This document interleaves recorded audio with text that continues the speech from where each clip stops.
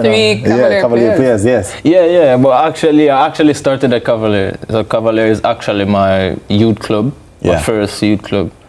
At 17, when I made like the transition to playing for Portmore United, I think it wasn't like an hard choice because I had like family members backing me and looking at the best decisions and the best project for me at the time. Yeah. Crispy, creamy, what a catch, so tasty. What a catch, with a caramel center. What a catch, and so much chocolate. Ooh yeah. First it's crispy, then it's creamy, with so much chocolate, smooth and milky. And when you go a little deeper, it's like caramel.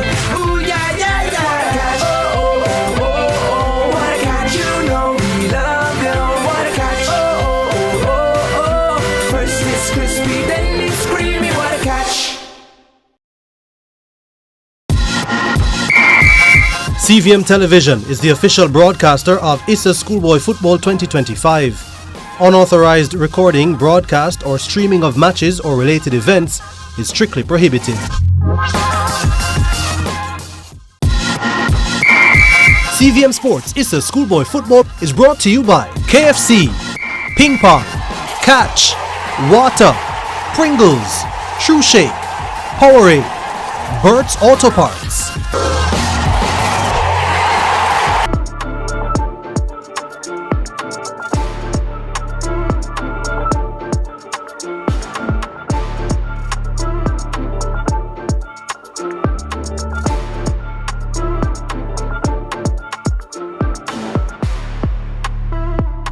Afternoon to our viewers wherever you're joining us from. We are live in at Glenmuir High in Clarendon, and it's your sports girl here, Janae Robinson. Today promises to be another exciting clash in schoolboy football, and we are in the Da Costa Cup. We'll be featuring Kemps Hill High versus 12-time Da Costa Cup champions Cornwall College. Now, to give you guys a little bit of history about both these two teams, they've met up in the second round of this season, and of course, the victory went to Cornwall College. So today will promise to be another exciting encounter as Kemps Hill has all to play for, with young Shamari Daly just scoring goals on top of goals on top of goals.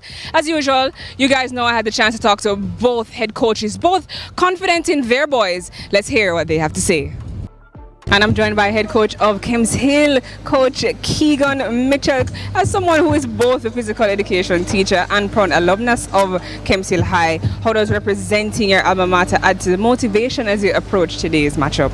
To be at the alma mater is always a great pleasure. I was working at a school before that, and I got the opportunity for Kemps Hill High School. And, as your alma mater, you would rather choose that school over any school any day, any time. So it's a pleasure being there. And let's talk about some football. Your philosophy emphasizes discipline and hard work. How have you reinforced those values in preparation for a Cornwall team today that has been very clinical in front of goal this season? As I talk about discipline, we are one of the most disciplined teams. Most persons might have it the other way, but when you look at me, I'm not a coach who gives trouble. I'm not a coach who is indisciplined. So we try our best to groom these boys. Boys will always be boys, but we try our best to put our foot down and let them know, hey, we were once here just like all of you. So if you want to achieve something, you have to just be disciplined and push forward. And coach, with young Shamar Daly being highly impactful with goals and assists so far this season, how do you plan to use his strengths to break down Cornwall's defense today? I think he's one of the best attacker in schoolboy football this season. There's no doubt about that. He gives every defender trouble. So it's just for him to just focus and play his natural game. We cannot give him a specific instruction because whatever he do, his strength, skill, whatever it means, he will get around defenders. So it's just for him to focus and play his natural game. Excited to see your boys today. All the best, coach. Yeah, man. Thanks a lot. And coach, we know you've had years of experience at the international level and have captained Jamaica. So how are you translating that pedigree into your squad today? Well, I try to make it as simple as possible when I work with the boys. Go again? Okay, sorry, coach. Okay, I see the answer.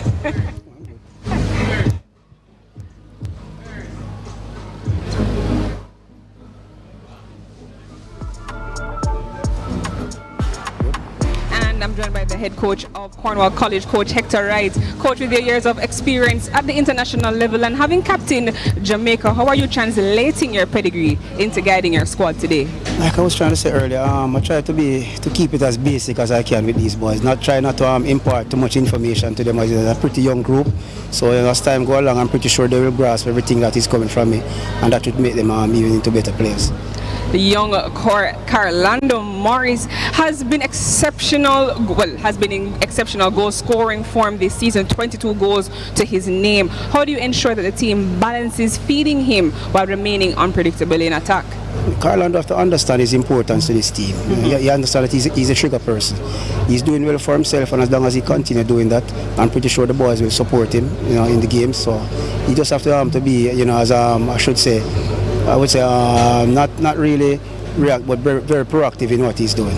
And Cornwall College has the most Acosta Cup titles historically. You're in the quarterfinals now, so it means a lot to the school and the students. The students are part of it. A legacy the school carries with a lot of pride. Does this history fuel or add pressure to your boys in a matchup like today's? No, we try not to put too much pressure. I mean, yes, we pay attention to that, but I try to let the boys know, we take it a game at a time. We know it is very important to get to the quarterfinals before we reach the finals, and it's very important also to maintain Cornwall's legacy. But we try to just take it a game at a time, just to keep the boys focused on the game at hand. Looking forward to seeing your boys today. Thank you, Coach. Thank you very much. Well, you've heard it from both our head coaches, and there's a lot to play for. There's a lot to play for here at Glenmuir High. Right now I'm seeing Coach Hector Wright on the bench, looking pretty calm and collective, confident in his boys, whilst the Kemps Hill coach is over there with his boys, just doing some last-minute preparation. So today is another quarter-final match that you're not going to want to miss.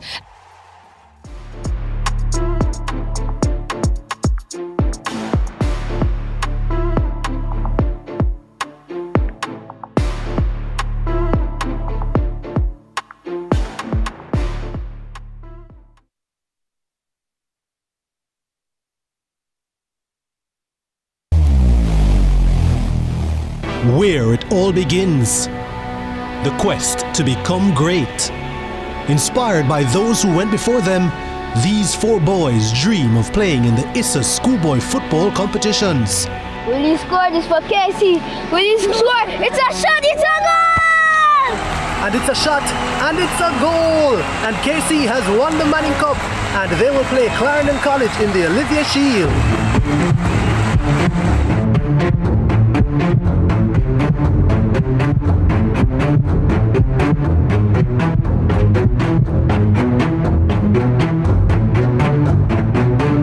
And that's what you love to see. They may be rivals, but the camaraderie is what it's all about. Can't wait for the final. When the bus them man, I want to watch my son play finals for CVM, you know. But mums, you can't watch it on CVM website, man. Score! My son score! My son score! My son score! My son score! Greatness begins here.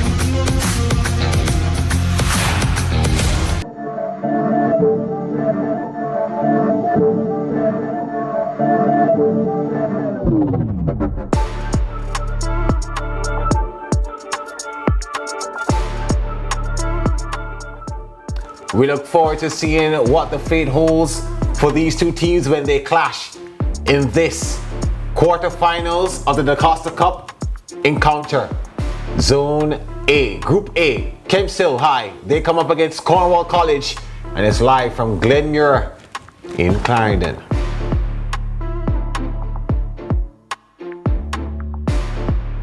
Yeah, this is one that we look forward to seeing because there are two different stories to be told here, even though they have the same ambitions. Cornwall College, they can seal the spot in the court in the semi-finals or get closer to doing that and joining Glenmuir High, who've pretty much gone through. But Kemps Hill, they want to get their first points on the board and leave it all down to when they come up against McGraw High later on this week and have a good chance of getting through to their first ever semi-finals in the DaCosta Cup. But Glenmuir, who are flying high at the top of that zone, they're gone through already. Christiana High, they lead well, there's not much to separate any of the teams in Group B. This one is one that we have to pay very close attention to. The two games that started off this zone started with draws. So Christiana High, based on the fact that they are, I guess, alphabetically first, would take the top of the standings. But the focus is on these two teams here. They stepped forward carrying two very different stories, but one shared ambition. And the Maroon Giants of Cornwall College, a program built on decades of dominance and 12 titles, chase another writing in legacy. This is a quarterfinal stage where reputations are tested, dreams are sharpened, and moments are born. To echo long after the final whistle, we pause for the national anthem.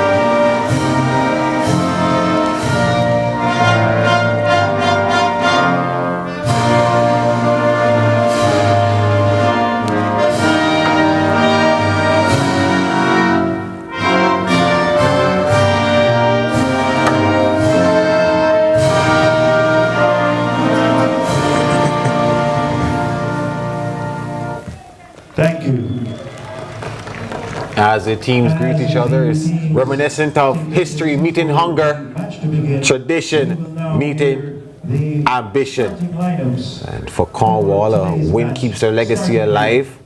For Kemps Hill, a win creates a legacy for them. My name is Gerard Morrisili, and now it's time to pretty much bring in my partner in commentary, Giovanni Brady. Your initial thoughts on this encounter? Good afternoon, fans. Good afternoon, Gerard. Doing a lot of, eloquent hyping up of this game here today. Yeah. Before you continue, Alexi Perry, the man who is in the middle today, he's assisted by Andre Smith and Sheldon Williams. Andre Dormer, the fourth official. Yeah, two teams that pretty much Giovanni will have a test for themselves. Cornwall College, they have 3 points on the board so far. They'll be hoping that they can get 6 at the end of this one. Kemps Hill look to get their first 3 points in the quarterfinal stage. And these two teams, you compare them, so you look back at the first time they met at the Montego Bay Sports Complex in the round of 32. Cornwall College came out as 2-0 winners in that encounter. That first goal there coming from Nickane Brown, who has 10 this season. That was in the 9th minute. Pretty much a defensive error there, which kind of started from the goalkeeper's role. And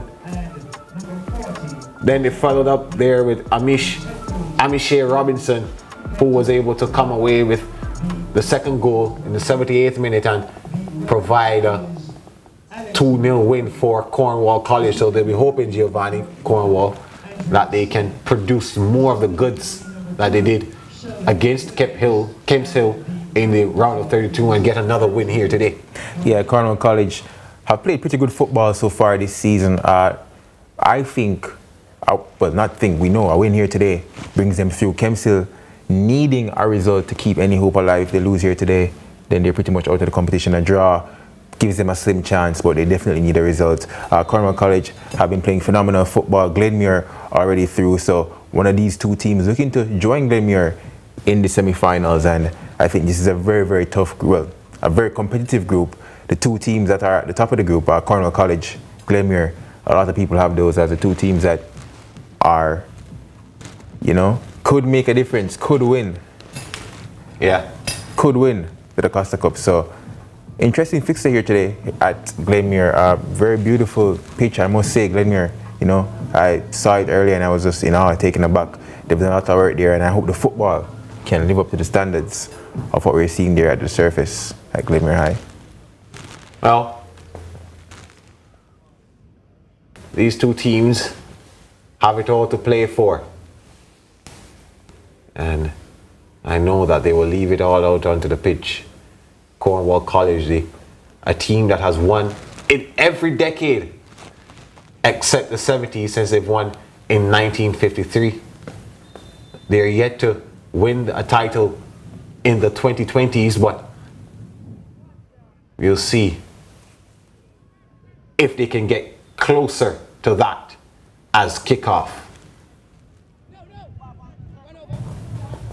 Kemps Hill, a team that is very slippery, and they've pretty much been pleasant surprises this season.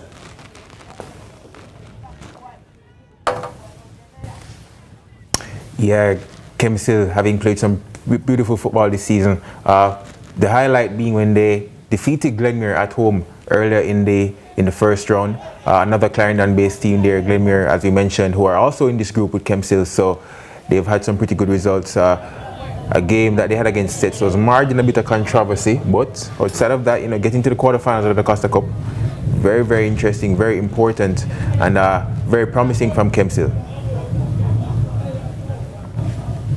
Yeah, here's a throw. That one rolls out. Should be a goal kick. I'm looking forward to seeing the midfield battles here. Some of the students are lining up to come in to support their team. Cornwall relishing in the fact that they have so much history, but they haven't been able to produce the goods for 9 seasons now. They've been without the Costa Cup. They have the most, they have 12. I think coming into the season, a lot of persons thought Cornwall College would have been a competitive fixture. I don't think persons necessarily had them penciled in as favourites, but as the season has progressed, they have very much grown into that, and I think they've changed a lot of those minds. Hector Wright, former national player, coach of Cornwall College, has done a phenomenal job since taking over the unit.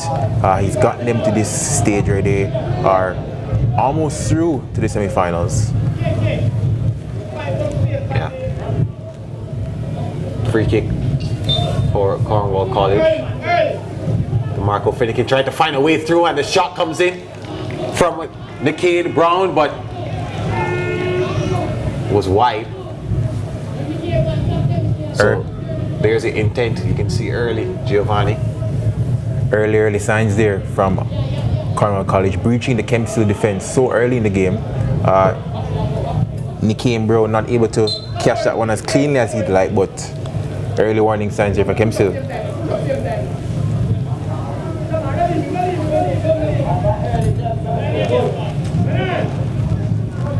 Yeah, this coveted the Costa Cup trophy is one that Kemps Hill, their coach Keegan Mitchell, says he would be taking it game by game, and very happy to see that his boys are able to get this deep into the competition. That one could have created some kind of danger for Kemps Hill, but Cornwall College not able to convert that one. And speaking of Cornwall, they'll be heavily dependent on Carlando Morris. 22 goals he has this season. The big burly striker. I remember seeing him against Christiana High School in the last round. A game in which Cornwall College really put Christiana to the sword, and I was very impressed by his display in that game. I think he walked away with a goal. Carlando Morris has been doing very well, very good this season. And I think he's a player that they look to, but he's not the only one in their ranks, You look at the likes of Amish Robinson, DeMarco Finnegan, who had an assist in that game. Quality players. This one swung into the box. No Kemps Hill shirt on the end of that one, but they still have it. The man, Francis. Oh, that's a lovely bit of work there by Greg Hamilton. He serves it inside and no one there to collect. Cornwall College now on the break. They have a chance to create something here. That pass wasn't the greatest. And the shot not good enough. Spoke about Carlando Morris earlier. Brilliant link up there between him and Mickey Foster, but unable to really put the final touches on that, the finishing touches on that, the clean touches on that needed to really threaten Kemps Hill. But again, Kemps Hill on one end with a chance. Cornwall quickly down the other end. Yeah, Foster doing well, but Morris not able to follow up. Cornwall showing their early intent here, but Kemps Hill, they have to soak up the pressure and try to see how they can respond. This ball over the top. Brought down again by Hamilton. Hamilton, small in stature, but very shifty. Oh, a missed kick there by the defense. Cornwall, they try to go the other way now. Looking for Morris on that occasion. Not able to find him.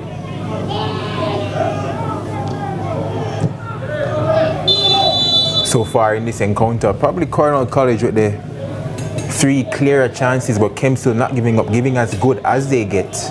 There's Hector Wright, coach for this Cornwall College outfit.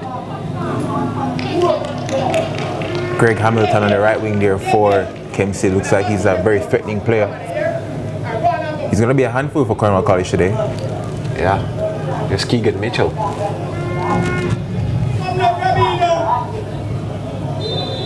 These two coaches go head to head, and it's quite interesting to see how they change tactically from the first time they met this season. You know, I always think it's very advantageous when you meet a team early in a competition, and you know, if the result does not go your way and you meet them again in the latter stages, you get to really sit down and analyze what went wrong. At that moment in time, Kemps Hill would have had to travel all the way to Montego Bay to play Cornwall College in Montego Bay, which is basically home for Cornwall College.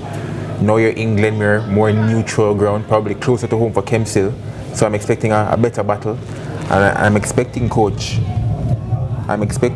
Mitchell to have done his analysis so he can better manage, you know, and control this Cornwall College team. Kemps Hill still trying to find that pass that breaks down the Cornwall College defense, but they'll have a warm time doing it. That's a lovely pass out wide. Amiche Robinson trying to get past his marker. Crossed inside and almost could have resulted in a no-goal there, but luckily blocked by his teammate.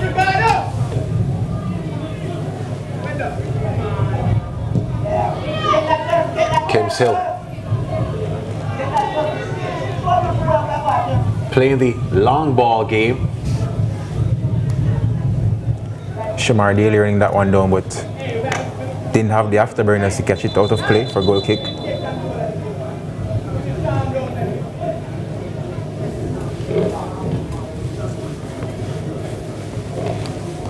Goal kick for Cornwall College. They haven't really been tested much from Kemps Hill in this game. They've been able to get a couple of shots off though. So maybe it'll be that kind of evening, we don't know. Can never count out Kemps Hill, who gladly take on the underdog role, and season offside was called.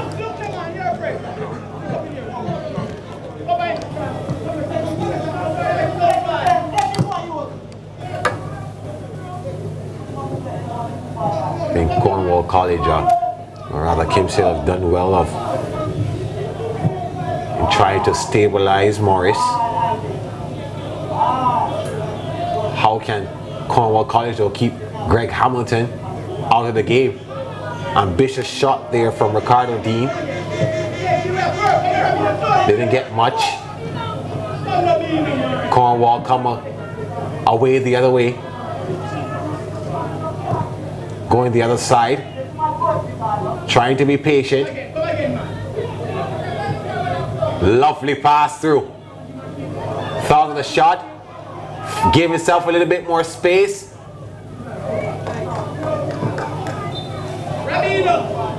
That wasn't really anything to worry about it again for goalkeeper Mario Chambers. Yeah, lovely build up there by Cornwall College on that right hand side. Lovely 1-2, lovely carries into the Kemps Hill penalty area. Kemps Hill, whenever the ball gets on top of the 18, there seems to be a lot of space there for Cornwall College to turn and shoot. We've seen Amish Robinson have a shot. We've seen DeMarco Finnegan have a shot. So something that Kemps Hill definitely needs to look on top of that defensive area, on top of the D, as they'd call it, a lot of space there to shoot. If I'm Coach Mitchell, I'm not sure I'm happy with that.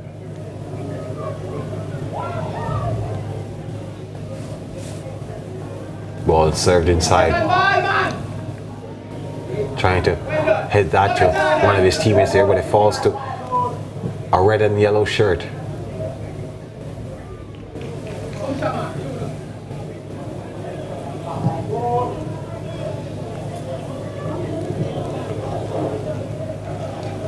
Greg Hamilton is obviously the man that they're looking for, Kemps Hill, and trying to play through him. There he is.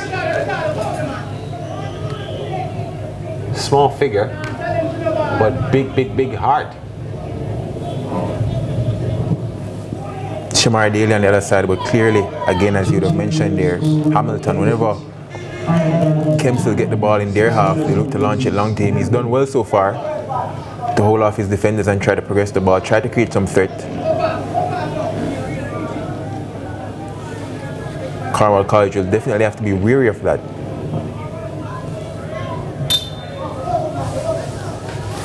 Foul called. Kemps Hill will get the free kick. Yeah, and I know you mentioned the field at Glenmuir High, and I want to pretty much kind of join you with that, Giovanni, and say that it does look absolutely ravishing. A lot of work being done there. I see stands to the right hand side. The last time I was at Glenmuir, there were no stands, so a lot of investment being made there. Coach Peart and his influence definitely having something to do with that. That's a goal! Fantastic! Or we thought it was a goal. It looked as if it was cleared off the line. Oh, we have to look at that one again, but play continues for now. Well, there was celebration going on all around the ground.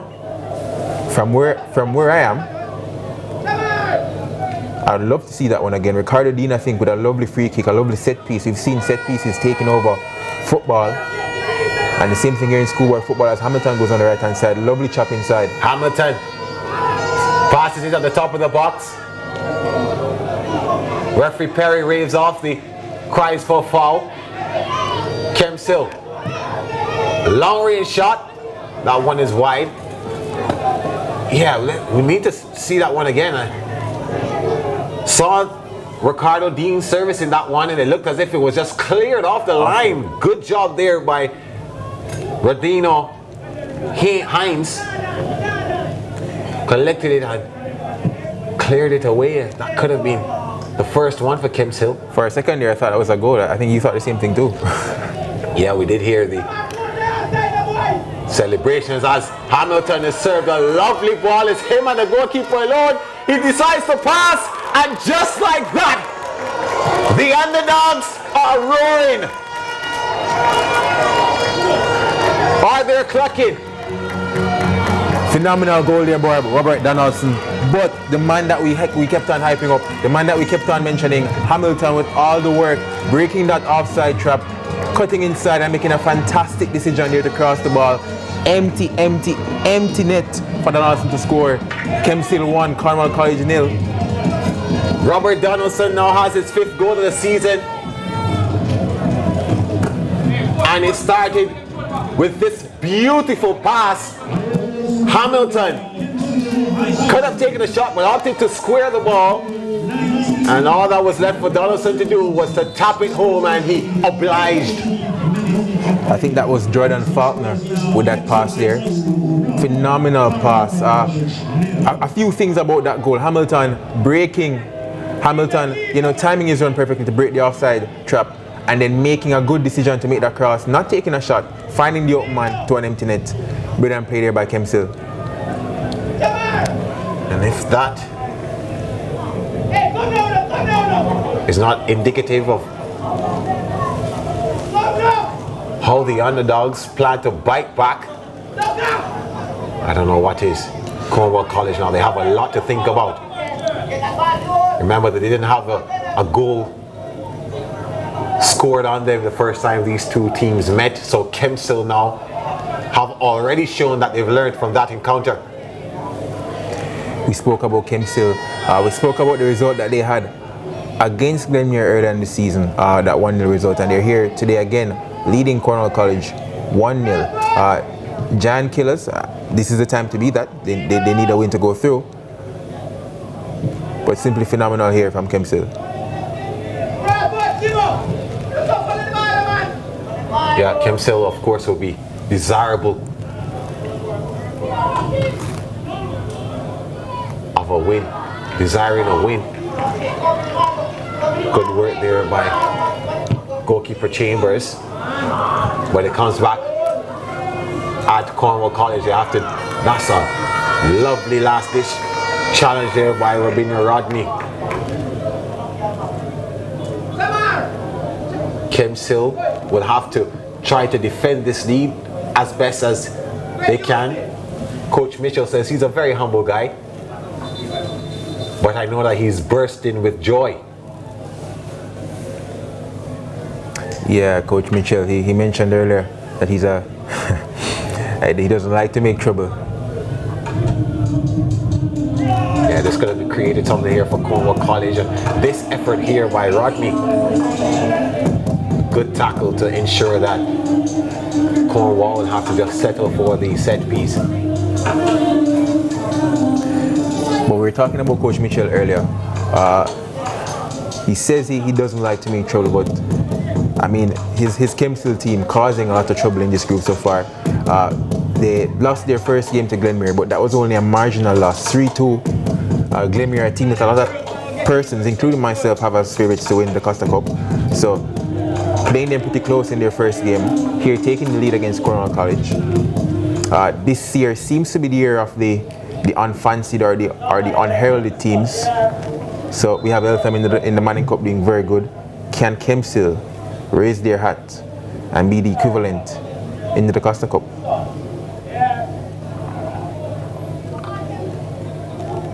Well, we'll wait and see. Here's a corner. Cornwall College. Chambers punches that away.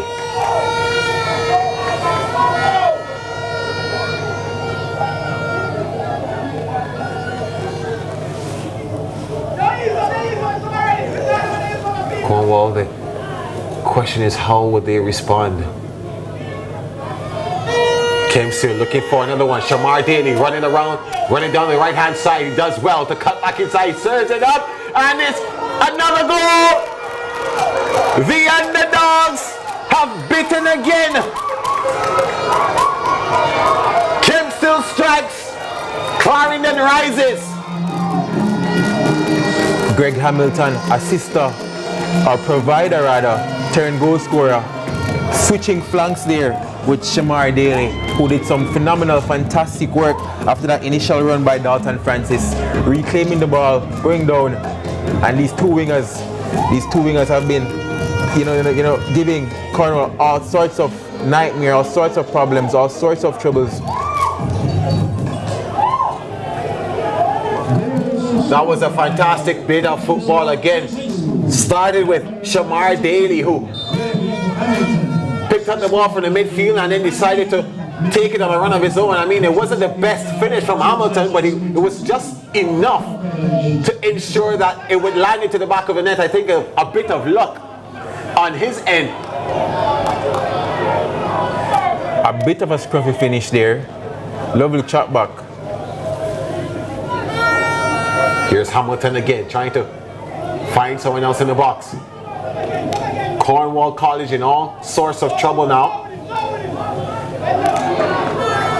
2-0 down within 20 minutes. I think Coach Hector right here, he needs to, calm these boys down. Last year today, they're not out of the competition yet, but we still have goal difference to think about. So, he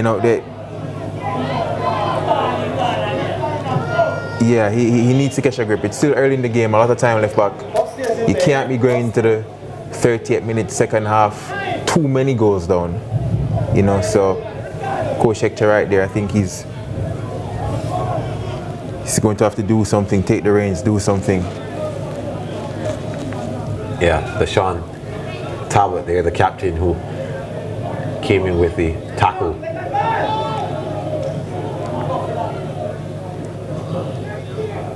Now Kemps Hill, they're having a fairy tale season. Never been to the semi-finals of the Da Costa Cup. They have been at this stage before.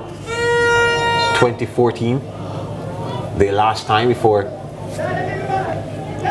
this season. But they've kind of made a name for themselves this season as giant slayers. Defeating Glenmuir High, as you mentioned earlier. That's one notable result that they've got. And now they're slaying this giant of Montego Bay. Cornwall College now. You know that the players on the field have a bit of nerves now. In that first encounter between these two teams, Cornwall College defeated Kemps Hill by a total of 2-0. Kemps Hill already leading here by 2-0 within 20 minutes. If you're Coach Hector Wright, what are you saying to your Cornwall College boys? What are you screaming from the side of the touchline? Well, Coach Wright, we just have to ensure that they settle first. They seem to be rushing the game a bit, and they just have to keep the tactics that they came in with as Chambers collects that one. But the interesting thing is that Cornwall College to this point have not necessarily been, from a pure footballing, watching the game, have not necessarily been outplayed by Kemps Hill. I think the game has been probably even relatively, but Kemps Hill with the two telling contributions, Greg Hamilton with the two telling goal involvements, that have really kind of set the tone for the game so far, set the result for the game so far, and have Cornwall really trying to scamper to see if they can get back a foothold, at least get back one goal, get back in the encounter some way, somehow. Amiche Robinson bringing down his number 11 counterpart, Shamar Daly, providing Kemps Hill another chance to cause a disruption. Faulkner delivers this ball inside. The attempt at the header from Zachary Tucker, just over his head. And I think that puts off his teammate from going for the top.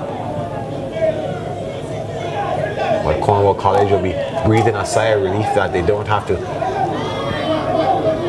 come 3 goals down. Shadi thought of it. We saw the look on his face when he took a peek the first time and wasn't able to get a shot off Faulkner.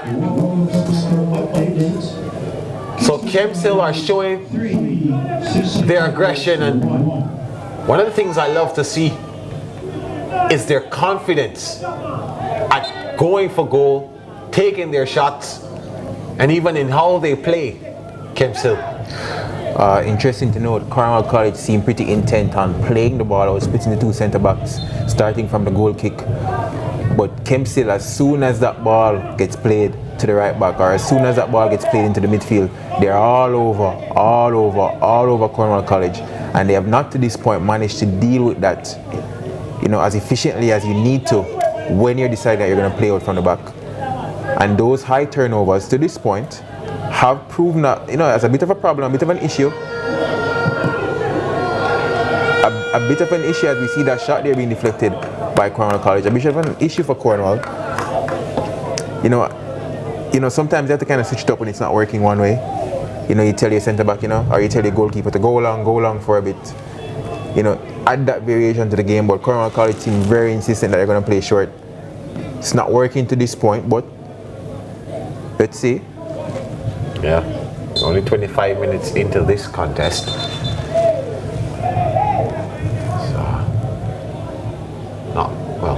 half of this first stanza left to play.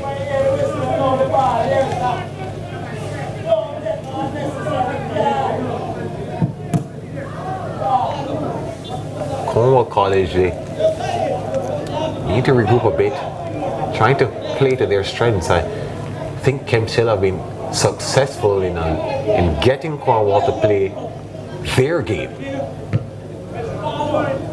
I think there's also the issue of winning those second balls in the midfield. To this point in time, Kemps Hill have either managed to win those second balls, or they've managed to draw fouls from Cornwall College, which only brings them into the game, builds momentum, builds their confidence. Encourages them that when they press, there is something there. There is a ball there to be won. There is an opportunity there to be had. Here's Cornwall College now. Possession stolen back. And the result in a throw for Cornwall. We've had quite a bit of those so far. Here's Kemps Hill now thinking of breaking away, trying to find Hamilton. Pass was not the best from Donaldson, but they still come again. Kemps Hill, that's a threaded pass dealt with by Cornwall College. They're so expressive on the ball, Kemps Hill. If in the first 18 minutes the game was even, the last 8, Kemps Hill have definitely stamped their class here, taking over the encounter. Cornwall College still haven't settled yet. A lot of loose clearances, a lot of clearances right into the feet of Kemps Hill players. A lot of clearances that are coming right back at Cornwall College, forcing them to defend, forcing them into uncomfortable situations. Defended well by Daly. He was able to shepherd it out for a throw for his team, and he's holding his neck. Seems he is in a bit of pain there.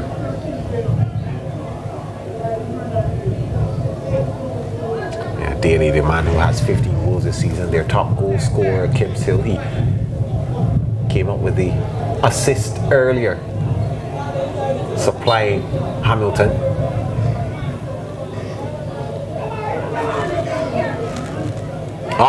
Trouble here. Faulkner picks up. He still has the ball. He's brought down in the box, and the penalty is given. Again, another loose touch there by Cornwall College. A few loose touches, and they've all come back to bite them. Again, I think since the game has gone 2-0, they haven't really settled, and it's really becoming an issue now for Cornwall College. Daly standing over this, he already has an assist.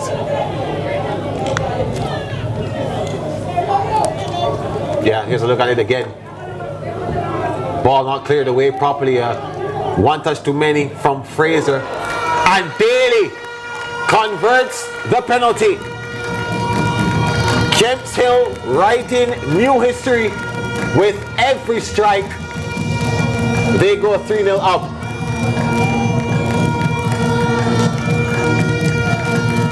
If you had told me before the game that within 30 minutes Kemps Hill would have been leading Cornwall by 3 goals to 0. Gerard, I would not have taken that bet. I would not have taken the money. But here we are, Kemps Hill 3, Cornwall College 0.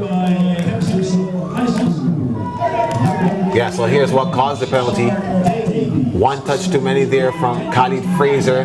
Fogged pouncing on that one. Turned away from him, and then he was brought down. And I must say, that's a sloppy tackle. Just basically pushing out your feet there. You're giving the attacker a reason to fall. You're giving the referee a reason to point to the spot. And then Daly converting comfortably. Poise and precision. Cornwall College, man, they would not have expected that they would have to come from 3 goals down. And another foul there on Daly. Pretty much of a professional foul, if anything, because he surely was through. And I think the first card would be shown for this encounter, and it will go to Redinho Hines. Khalid Fraser there trying to plead for his teammate, the man who Fraser gave away the penalty earlier. But the Cornwall College defense having a meal of it to this point in time. And another free kick that they'll have to contend with, Cornwall College.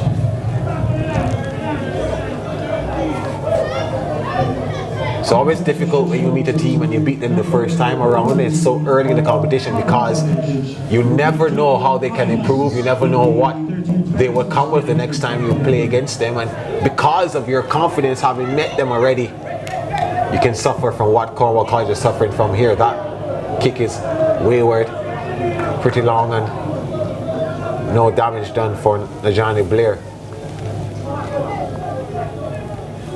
So maybe that's a bit of what's happening to Cornwall College. Came in a touch overconfident, and then the fact that they were so dominant in the first few minutes of play could have contributed even further. There's confirmation of that yellow card to Redinho Hines.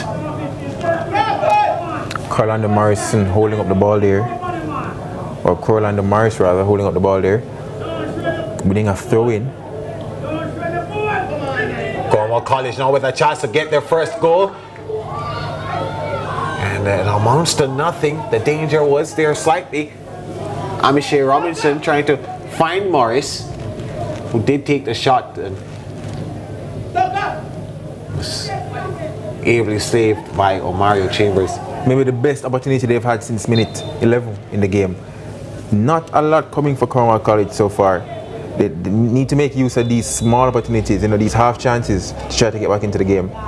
Could have maybe gone down there for a penalty. There was a wild swing from the Kemps Hill defender in the build-up or the lead-up to that chance, but stayed on his feet, goal kick, didn't force a save from the keeper. Yeah, we just saw some of the Cornwall College fans here not looking too impressed with what they've seen so far. I know that they're riding a lot on this Cornwall College team, especially for some upliftment and having gone through what they did last month, a couple of weeks ago.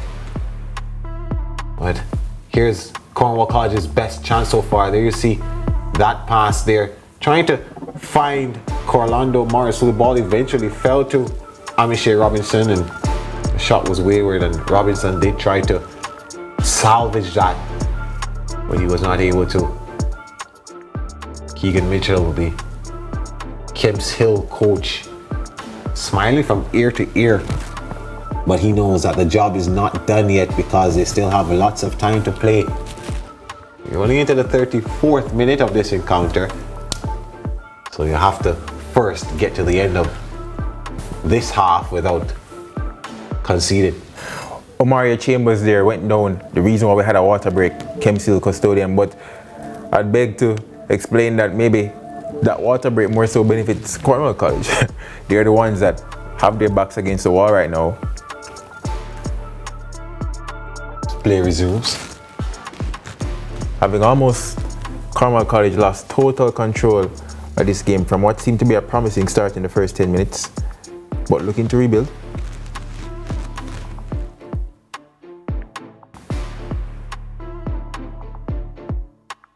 Yeah, he's definitely enjoying it.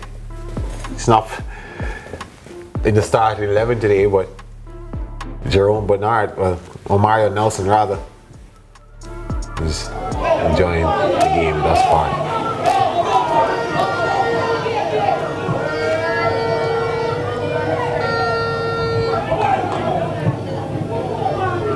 Now a shot from long distance.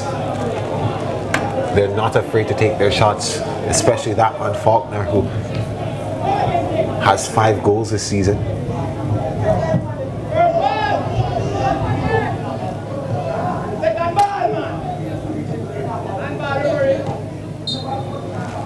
What do you think of it? I didn't mention Omario Nelson's name. He was there on the bench. And Kemps Hill have 2 goalkeepers with the same first name, Omario. Maybe Omario is the name of goalkeepers, you know? Maybe you need to be named Omario if you want to be a top quality, top class goalkeeper. I know normally when we see a resemblance in last names, we often ask if they're family, maybe they're close friends, as Hamilton is called for offside. Yeah, Mario Chambers, who's in goal now, and Mario Nelson, who is the other goalkeeper on the bench.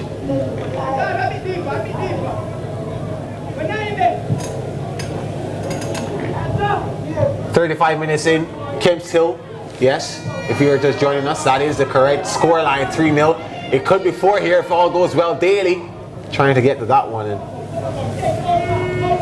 not able to do so. Yeah, goalkeeper coming out there, you know, making that claim. You love to see goalkeepers, Jerome Bernard, quick off the line, helping out the centre backs. I think the centre backs need help based on what we've seen here so far. You know, very proactive goalkeeping. Him coming out again, trying to see if he can push his side upfield. Another long ball from Cornwall College. Seemingly a change of tactics here. Morris swings this one into the waiting arms of Chambers. I did mention earlier that Cornwall came into the game definitely trying to play short from the back. Every time Jerome Bernard would get the ball, he'd spot it, he'd split his 2 centre backs wide, and he tried to play short. But you can see something definitely changing here. You know, probably playing a bit quicker, probably playing for the long ball a bit quicker, realizing that the short play was not working, but they're still not, in my opinion, winning enough of those second balls when they get into the Kemps Hill defensive third to really trouble them to the level that they should trouble them. Could have been something spectacular from Shaquem Gibson.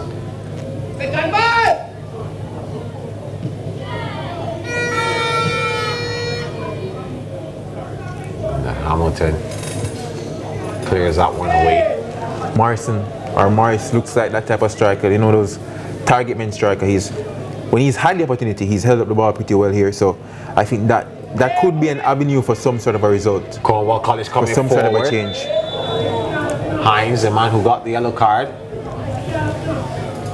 He needs to be careful. The ball goes the other way as referee Alexi Perry signals a foul.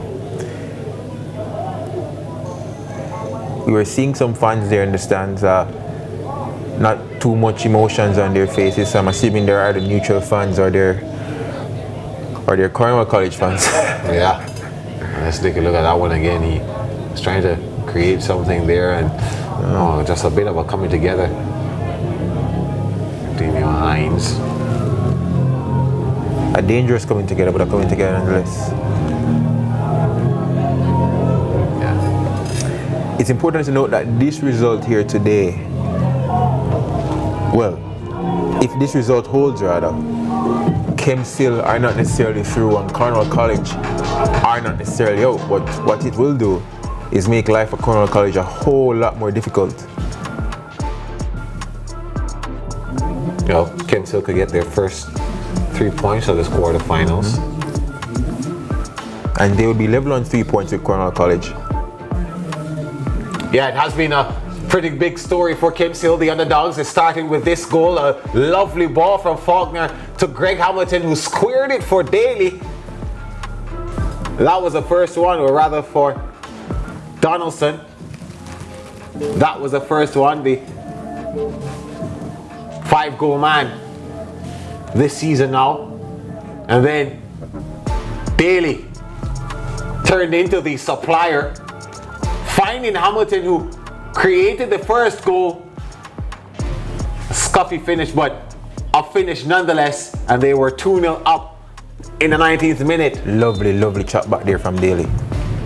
And then Faulkner involved again, somehow winning this penalty that Daly decided he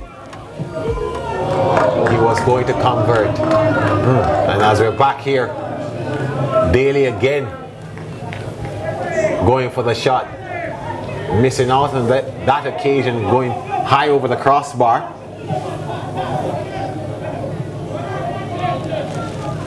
Kemps Hill have, it's amazing to see how they've turned this first half on its head. It's amazing to see the efficiency and the effectiveness of the high press that they put here. You know, clearly lessons learned from that first game. Every time Cornwall has as we keep on reiterating, every time Cornwall tries to go short, every time they play into that midfield, there's a Kemps Hill player right up against whosoever has the ball, trying to win that.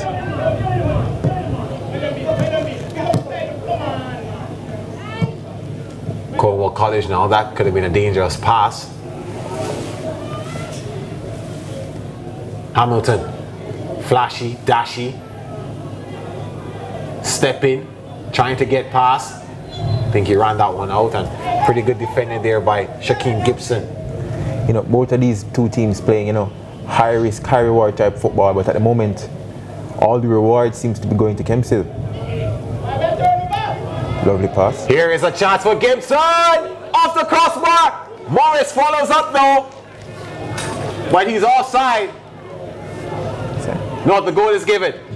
The goal is given. And Morris gets one back for Cornwall College, and now it's 3-1. Here's an interesting game now. If there was ever a time that you're going to score,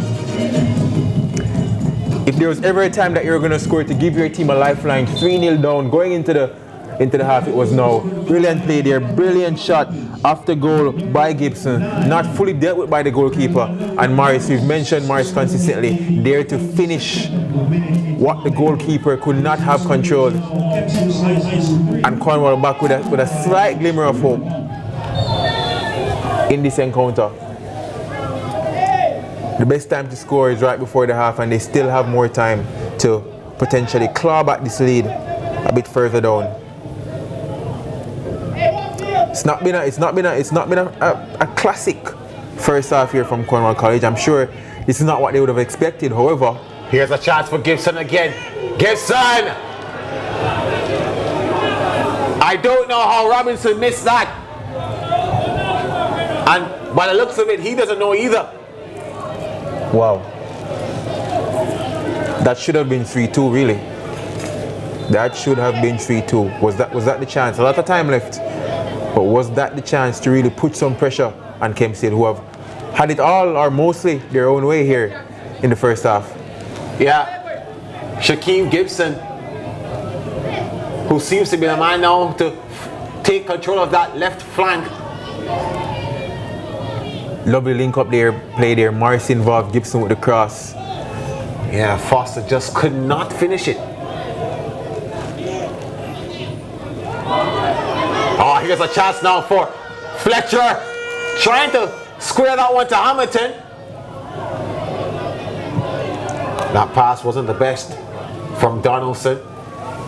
Clearance off the line by Kemps Hill. But you can see here in moments, you know, there is quality in both of these teams. There's definitely quality in Cornwall College as well.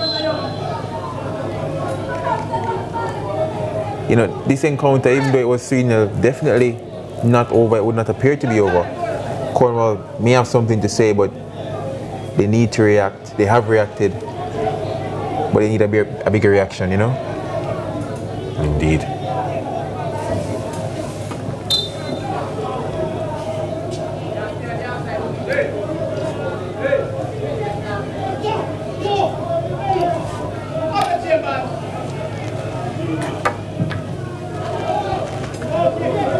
Oh, here's a pass now. Donaldson not able to convert that one, but Chambers with a nice delivery there into the box, creating a chance for Donaldson. Cornwall College now come the other way. It's still game on here.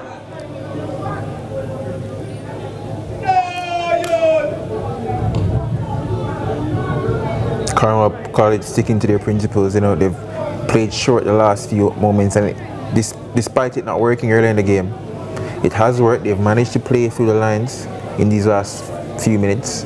They have managed to get it into Morris, as we mentioned earlier, the guy who seems to be able to hold up anything that you put up there to him. And he's been able to link his forwards, he's been able to link with Gibson, he's been able to link with Foster. And they've managed to get some momentum back, some belief back. You know, they've managed to give Coach Hector Wright something to harp on about, or to encourage him. Some encouragement going into the second half. So this game definitely not over yet. A lot on the line. The quarterfinals of the Costa Cup, the semi-finals there to be had for either of these teams. So here's Shaquem Gibson again. Was looking for a pass. Daly. Remember, he has an assist and a goal so far this game. Daly still trying to find a way through. Goes down now. Was trying to stay on his feet. And the foul by Hines, who's already on a yellow card. He needs to be careful. I think that's what his captain is saying to him there. Yeah, he needs to be very careful of his tackles and his challenges, because there is a possibility of getting a second yellow, which Cornwall College do not need. They certainly wouldn't want it. Kemps Hill so far has been a threat over all the set pieces. Jordan Faulkner. There was a goal line clearance earlier. There was a set piece that led to the third goal. Faulkner with a shot on goal and it goes wide. Not long left to play now, the 2 additional minutes.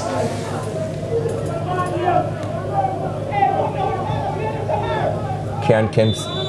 Well, I was going to ask if Cornwall College could fashion one last attack, but the answer to that is no.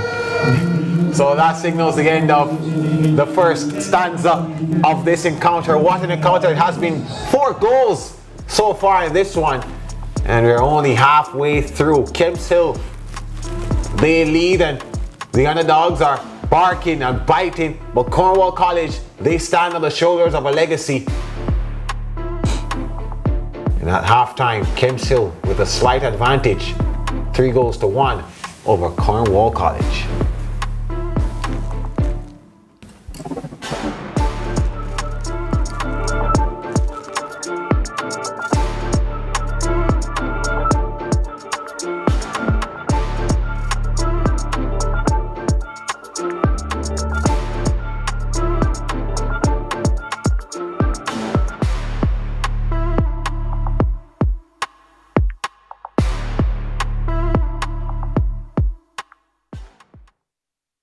Jamaica's season for giving thanks for what matters. It's the time to show up, be there for each other, and to feed our hope for a brighter tomorrow. Celebrate being together with a KFC festive feast. Get the new festive 9 bucket. Proceeds from each festive feast purchase go towards hurricane relief. KFC is finger-licking good. Team, we need to pass the ball quicker, much quicker. And you need to make sure. I'm the coach. And I'm the assistant coach. No. Your job is to bring the water and keep us hydrated. Matter of fact, where's the water? I've got it, coach.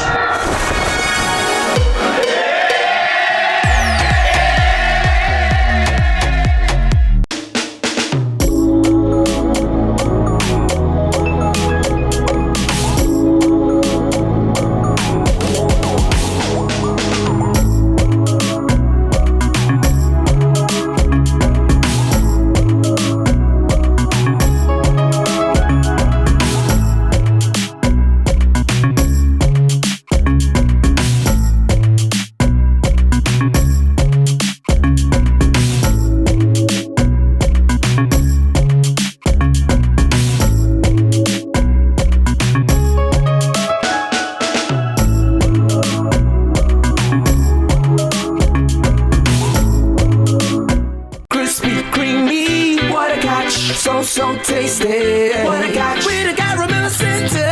What a catch. And so much chocolate. Ooh, yeah, yeah, yeah. First it's crispy, then it's creamy. With so much chocolate, smooth and milky. And when you go a little deeper, it's fine caramel. Ooh, yeah, yeah, yeah. What a catch. Oh, oh, oh, oh, oh. What a catch. You know we love you. What a catch. Oh, oh, oh, oh, oh. First it's crispy, then it's creamy. What a catch.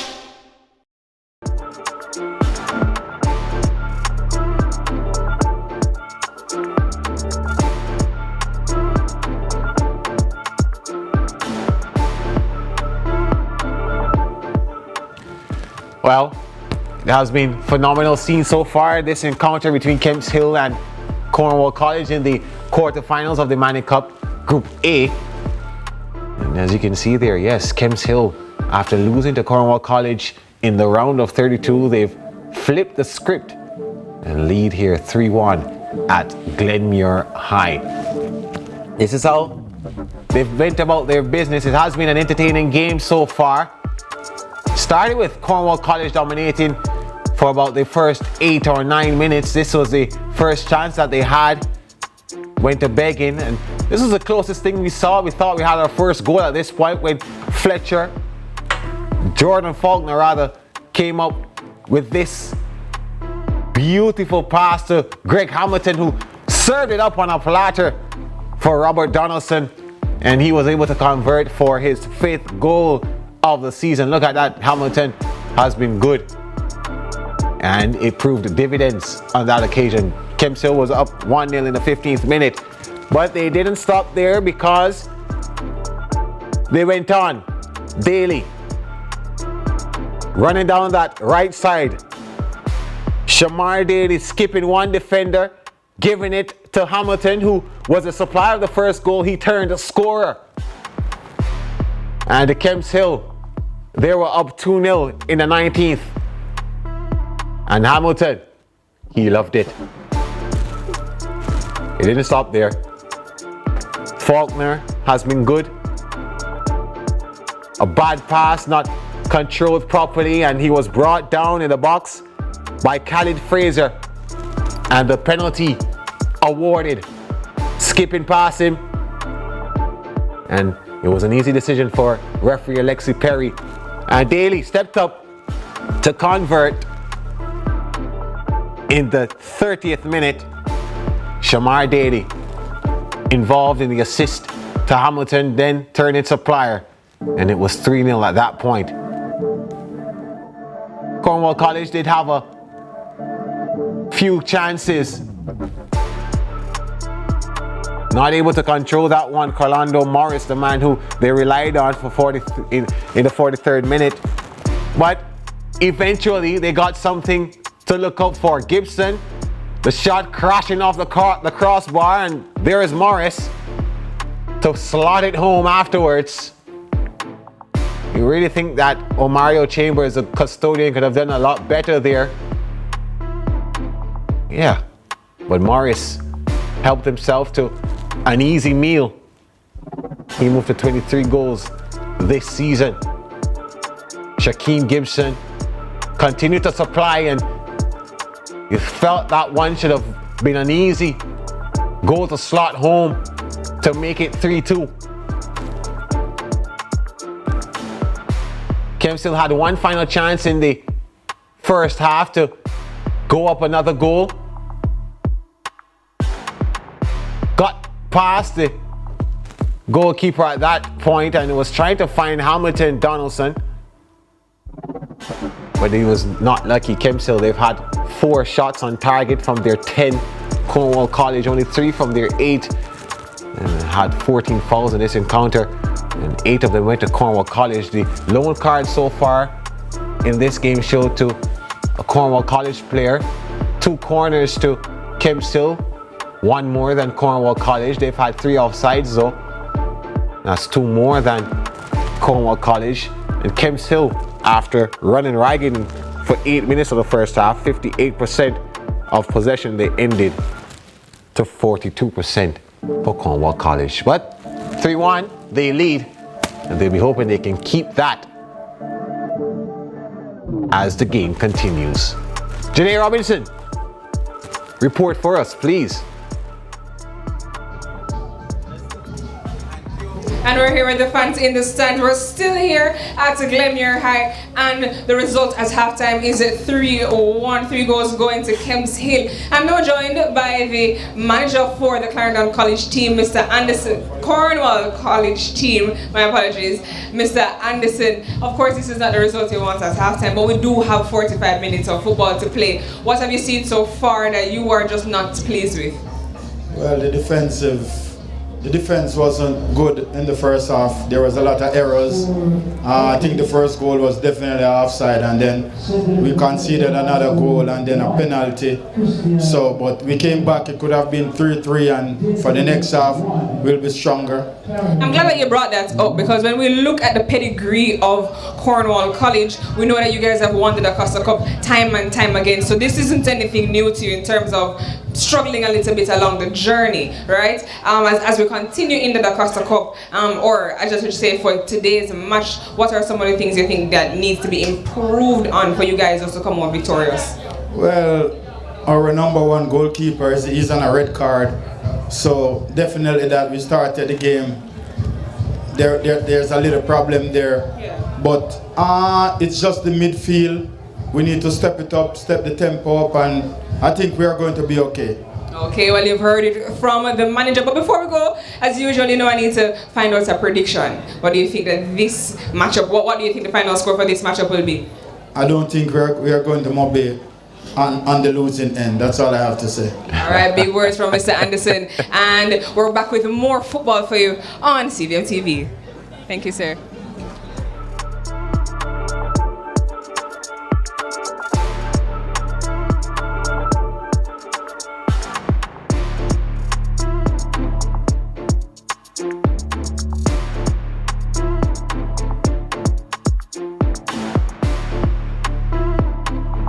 The Chris and Charles Merry Money Mania loan promotion. This Christmas, borrow big and win bigger. Get $1.5 million or $2 million in loans at special reduced rates, plus a chance to win your share of $1 million.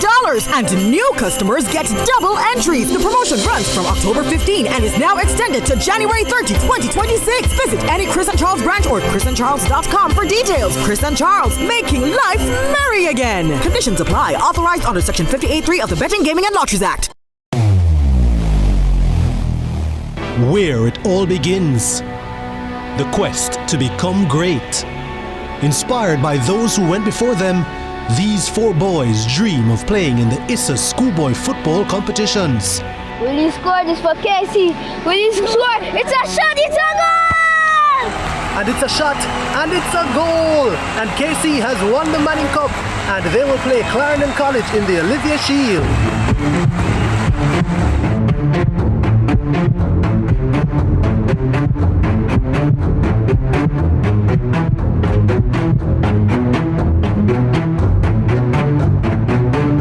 And that's what you love to see. They may be rivals, but the camaraderie is what it's all about.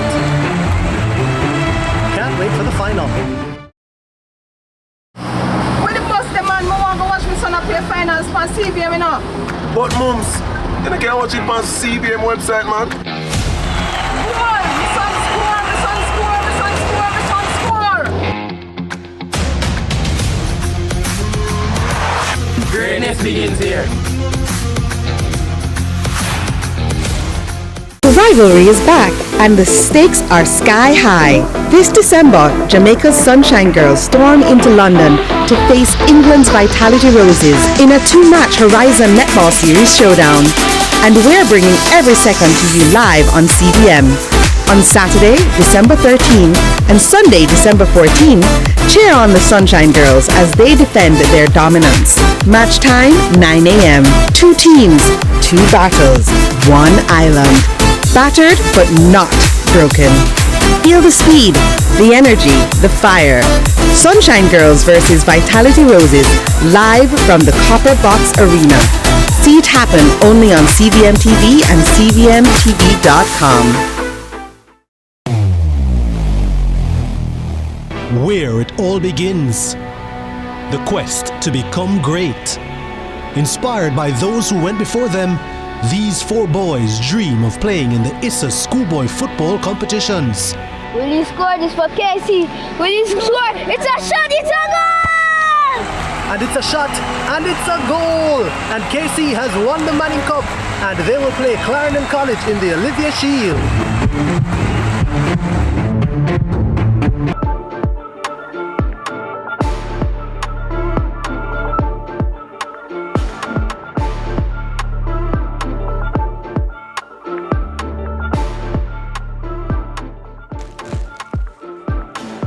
History, of course, heavily reliant. It tells a lot of a story, and Kemps Hill, they're trying to rewrite their history. They come into this encounter with a 3-1 lead heading into the second half at Glenmuir High. Of course, lots at stake for both these teams. Group A of the Costa Cup quarterfinals. It's a pretty close group, or could be even closer. Dare I say, if Kemps Hill come out with the 3 points here today. Glenmuir High, they've already pretty much booked their spot into the semi-finals by winning 2 games from 2.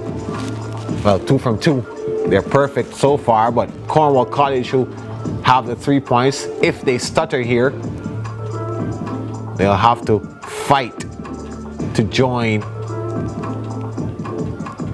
Glenmuir High.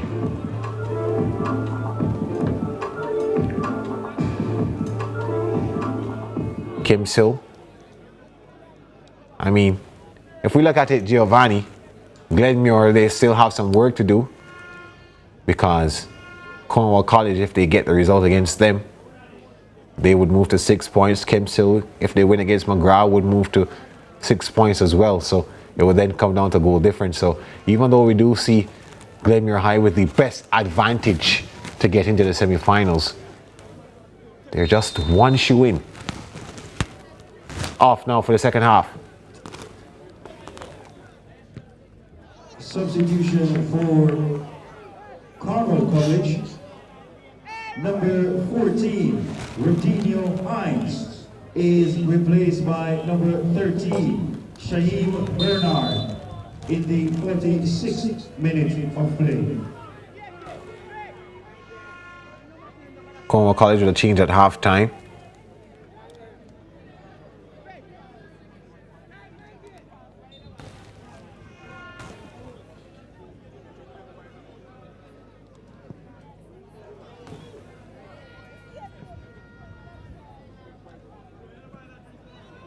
Rodinho Hines, who has some card trouble, replaced. Also had some foul trouble because he committed 2 fouls before the end of the first half while on that yellow card. So he's replaced at halftime by Shaheem Bernard. Yeah, you could see there in that first half, Hines, especially in the latter stage of the first half, pretty frustrated. You know, he was just going about here, there, everywhere. Very rash tackles. His last tackle before the half ended could have resulted in a second yellow, but the referee probably treating him with some leniency, so he's off to begin the second half. Yeah, and it was against that man that you saw on the screen, Shamar Daly. He was down. That foul, that last foul that Giovanni is making reference to, was on Daly, who has a goal and assist so far in this game. So there's no wonder why you'd want to keep him down. Cornwall College, though, they have a chance here. Shaquem Gibson not able to get there. Thrown off a bit, I guess, by Chambers, who collects now.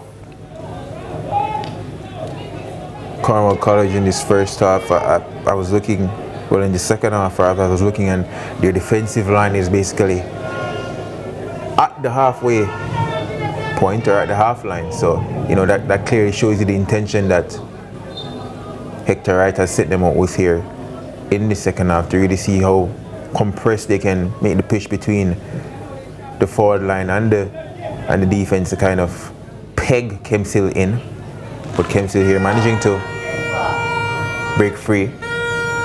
Fletcher trying to find Shamar Daly. Faulkner rather. Finding Shamar Daly. Trying to. He wasn't able to get there. That one was cut out by Donaldson. What we can say is Daly and Hamilton, they're very, very willing runners. You know, staying high and wide, either side of the fullbacks. Dean with a shot, and it's into the hands of Najani Blair. As I was saying, Daly and Hamilton staying high and wide, either side of the fullbacks, really willing runners, really, you know, giving their midfielders rather passes to pick out, or options out wide. Hamilton does well enough to get the ball to Donaldson, but he wasn't able to collect. Kemps Hill with the same energy that they ended the first half with, despite conceding a goal.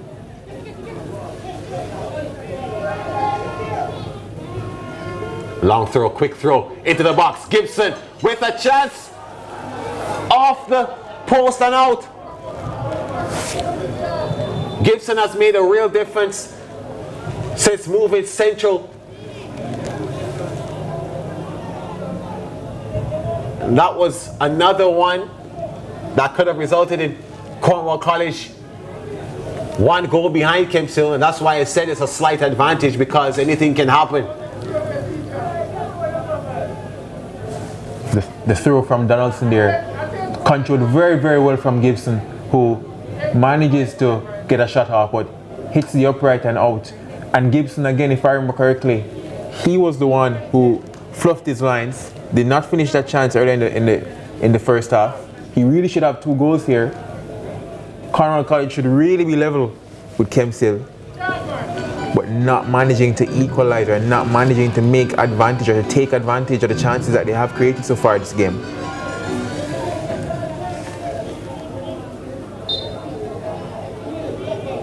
Kemps Hill now have a goal kick to get this game back on the way.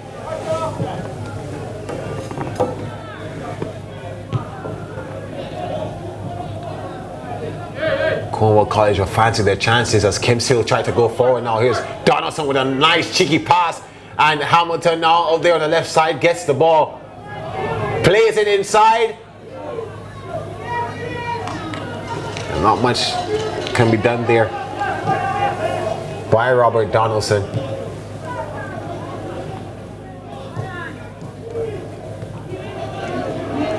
Cornwall College come the other way now. That could have been a troubling pass there, and they found the talisman Carlando Morris. Just held on to that ball a bit too long there. Morris was trying to hold his run as best as he could, looking at his midfielder, but the pass just coming a bit too late. Kemps Hill already cut the angle. But Cornwall College early in this second half have really put their foot on the gas pedal. They're really trying to push Kemps Hill back, really trying to get those goals that they will need to get a result from this game. Set outside for Daly. Daly takes a shot, and that's a pretty good save by Blair. More of a shot cross, hoping that Blair's initial save would go and fall to one of the prowling blue shirts inside the box, but Blair did well to divert it out. They're growing in confidence, the underdogs. Obviously, they don't see themselves much as this one is swung inside the box.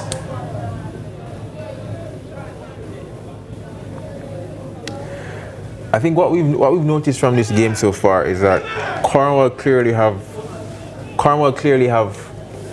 a style that they are trying to implement, or what they're trying to do on this game. The issue is that Kemps Hill are giving as good as they get on the other end, and Cornwall really and truly can't settle into this game, because Kemps Hill, as you can see here, by Daly down that right hand side, a brilliant dribble. Kemps Hill do have a very strong threat. Well, that's not Hector, right?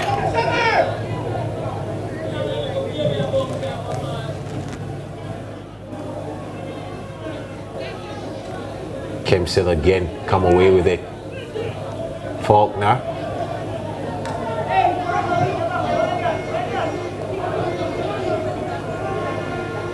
Robinson now for Cornwall College. Taken away. And the Daly not able to get there. Crisis averted. But only for now.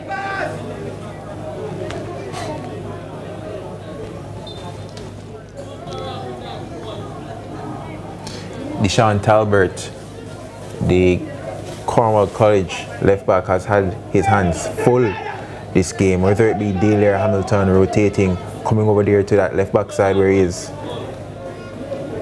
He's had to do a lot of work to keep those two quiet, or to try to keep those two quiet at least. That's a good long throw, and instead it will go to Cornwall College for the free kick.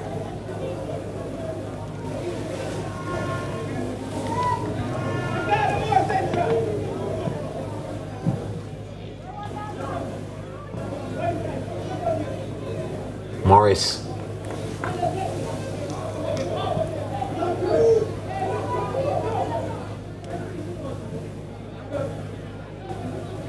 Cornwall College still trying to find a way. Gibson has been their miracle worker so far, creating opportunities.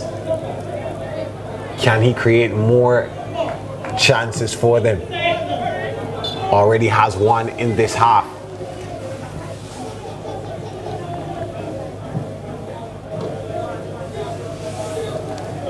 Kemps again, they're managing to push Cornwall College out to their half, getting the ball back from a third. And I think it's been a very resolute,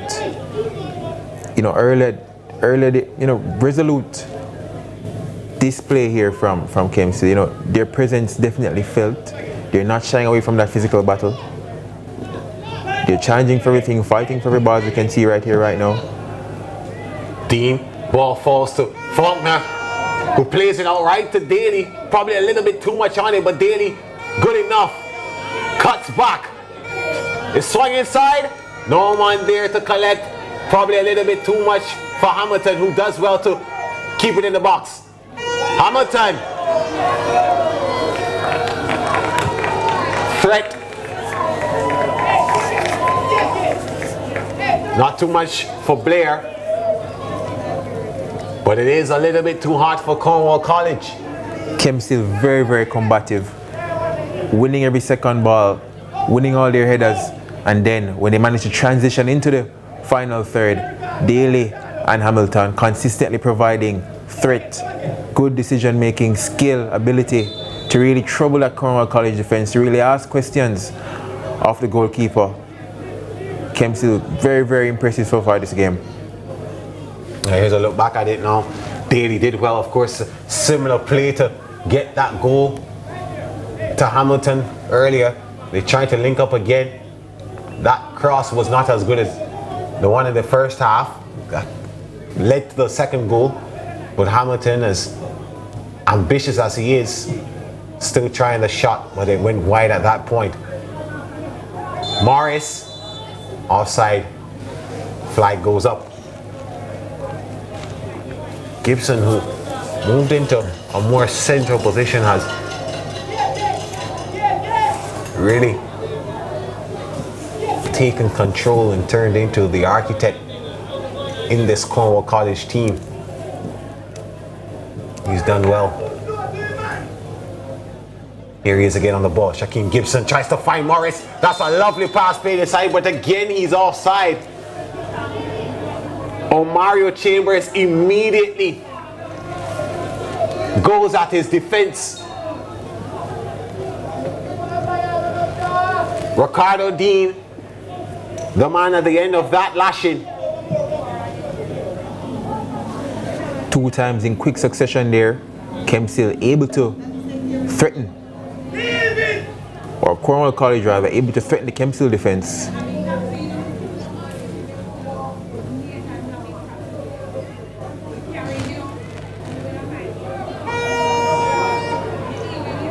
Daly's just trying so hard to keep possession, and he's brought down but waved off by Alexi Perry, and Cornwall College now try to go the other way. A pass played out wide. I think that one was squared way early by Mackay Foster. Gibson does well to get it back though, and I think a player is down. Daly, yeah, he's still rivaling in pain, the captain. He has taken a few knocks in this encounter. Is it fair to say that Daly has been almost unplayable here today? Well, Hamilton might have a couple words to say about that. I don't want to overdo the comparison, but sitting here watching Daly and Hamilton, you know, you remember at Liverpool they had that Salah, Salah Mane, combination on both wings. You know, two players that are very speedy, very quick, can get in behind defenses, can either cut inside, can create as well for their teammates.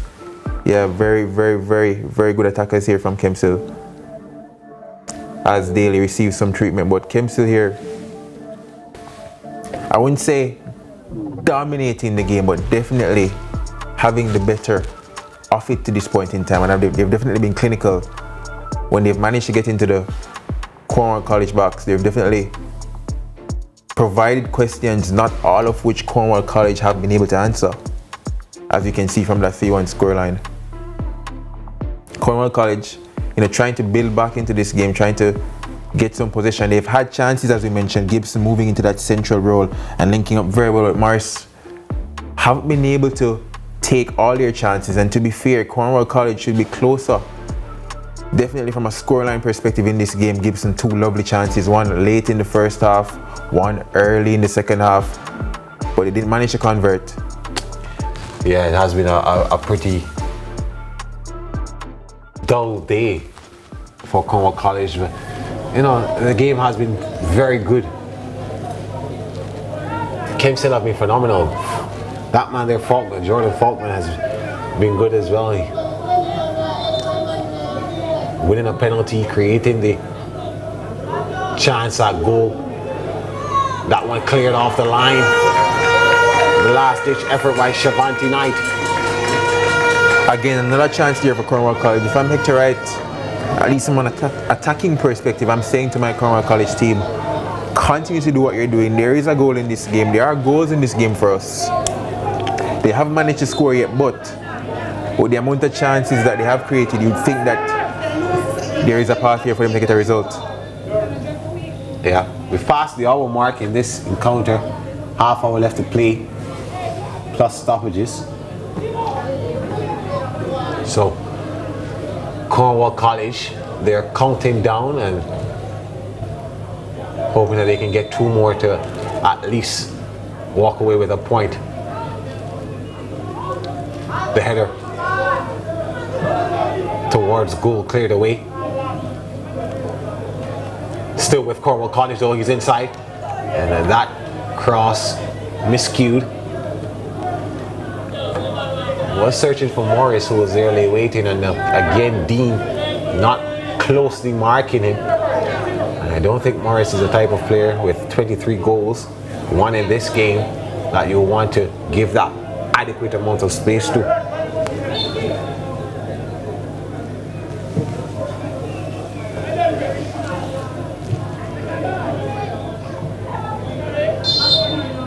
I think Morris there committing a foul.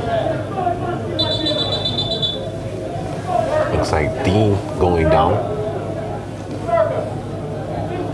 Carlo Dean sees his, whether that's Shavanti Knight. Cornwall College, they've already made 1 change. I'm sure that others will come. As we see Javon Campbell here warming up. The right back for Cornwall College. Coach Hector Wright probably taking notice that Hamilton and Daly, as we've mentioned so often here, are really having their own way with the Cornwall College defense whenever they get anywhere near that 18-yard box. So probably a change he's looking to make. the scoreline does suggest or dictate that he needs goals, and not defenders on the pitch, but goal difference still a factor in the quarterfinals here, so you don't want Kemps Hill to run away with this game too much. So that may be a part of his thinking with the subs he has warming up. Trying to find Faulkner. Faulkner on the ball again, and the offside flag goes up. Donaldson not realizing that he was offside and passing it back to him, just drifting offside actually. So Kemps Hill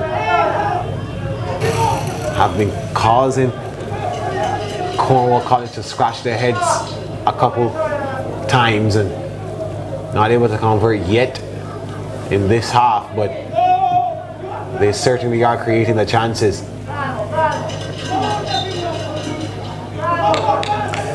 As you can see there, the Cornwall College faithful still very much encouraged, still very much out and about trying to will their team on. Faulkner heading on to Donaldson. Donaldson committing a foul on Finnegan.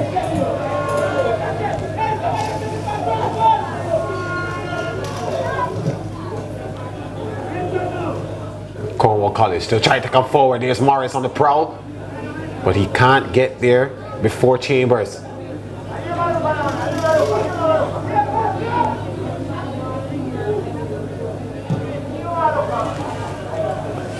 Long kick. Faulkner tries to play it on to Donaldson. He's taken down now.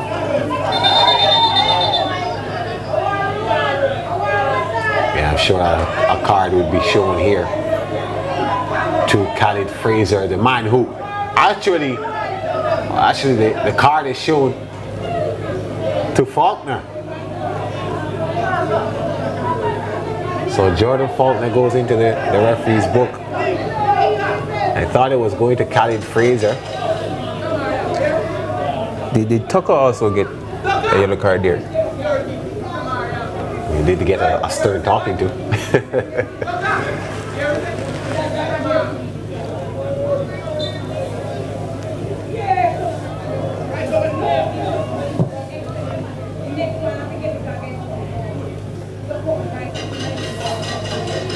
Blair collects, tries to go the other way immediately.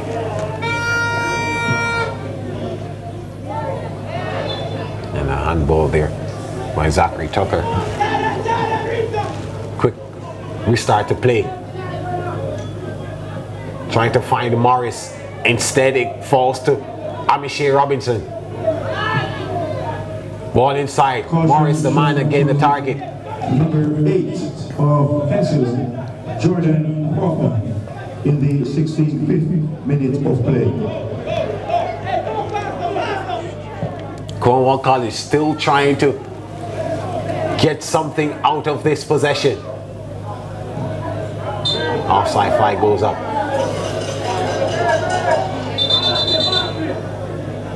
Cornwall College trying to show some urgency there, and we pause for a substitution for Cornwall College. Their second of this encounter, Javon Campbell is going to come in to replace Nakani Brown. The 10-goal man this season hasn't been active in this encounter, so he'll take an early exit for this encounter. Replaced by number 4, Javon Campbell, in the 67th minute of play. That was a wayward shot.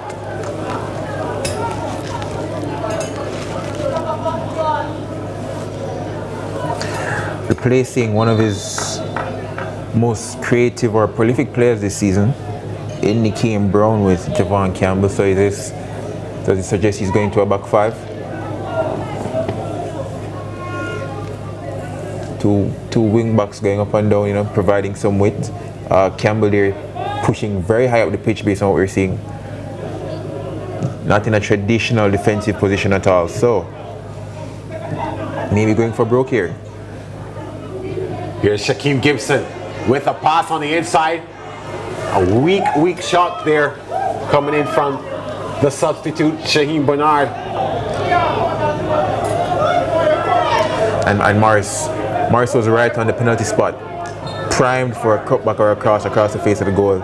So poor decision there not to find the 25 goal man. We talk about high level football, we talk about schoolboy football, decision making very important. She should have really crossed the ball there, but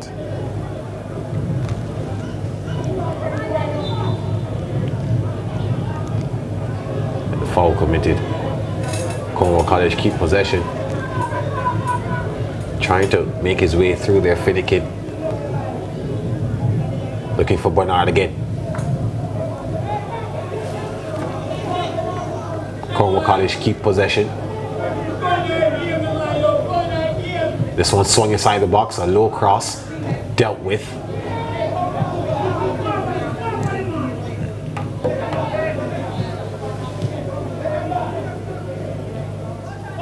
That midfield battle there for Cornwall College, quite important.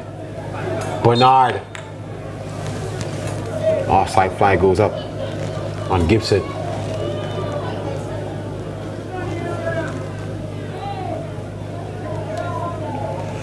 as you can see, and understandably so, Kemps Hill not in any rush to restart play when the ball goes out. Cornwall College restarting it much quicker from their set set pieces or throw-ins or free kicks. Kemps Hill really taking their time.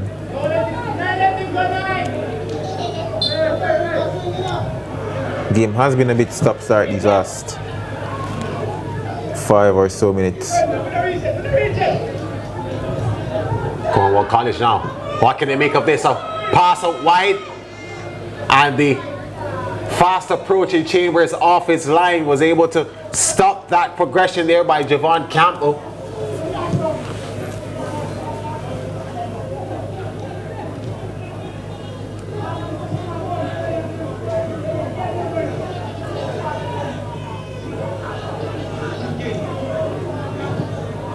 Trying to find Morris, not successful in doing that. A World Cup score update. Chambers. The final score between KC and St. Jago is KC 4, St. Jago 1, which means Kingston College will advance to the quarterfinals in the Walker Cup.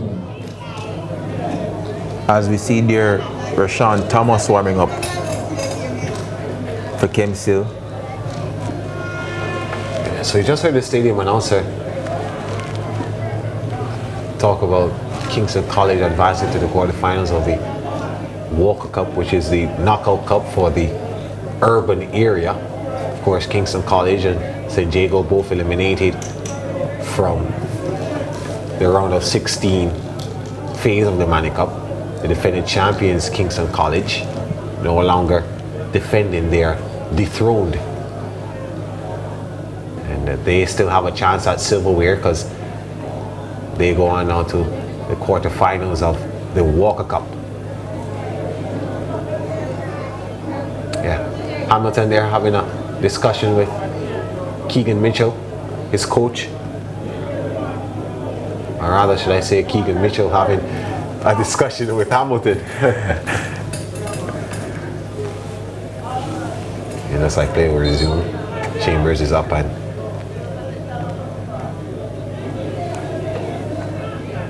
it has been a fantastic game, especially in the first half. We saw 4 goals, and I think it has been all guns blazing from both these teams. Kemps Hill, the underdogs in this one, not playing like underdogs. They are more into the role of giant slayers. Do you think it is that maybe in the first half Cornwall College came out a bit too confident? What do you think led to that? You know, conceding 3 goals in such quick succession. Or is it just pure Kemps Hill quality? As we see, that's going for the spectacular. And Shaquem Gibson, who's pretty much been the bright spark in this Cornwall College effort. Coming up with another chance there, not able to convert. To answer your question, Gio, I think it's a little bit of both. I think Kemps Hill as we take another look at that one, it's chipped inside. The header from Dean not good enough to clear, setting up a nice volley for Gibson, who obliged himself and just not successful on that occasion. I think Kemps Hill have been absolutely stunning and phenomenal and clinical with what they've done. Cornwall College, and that is just an example of how the game has gone for them. They've been rushing it, not their fluent self. Shaheem Bernard there with that cross. That's a very good cross whatsoever. Way too much, and that goes out for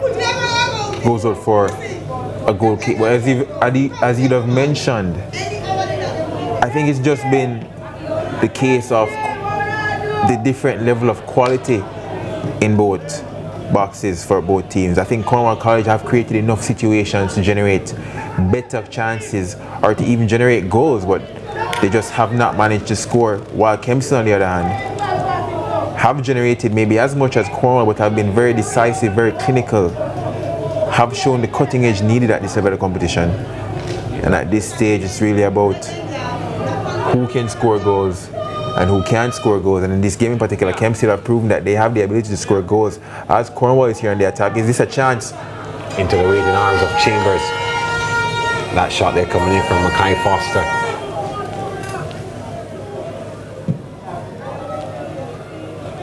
It's just really who can, as we said earlier, score goals. And Cornwall College in this game not being able to find the cutting edge needed. They've definitely had the better of it so far this half.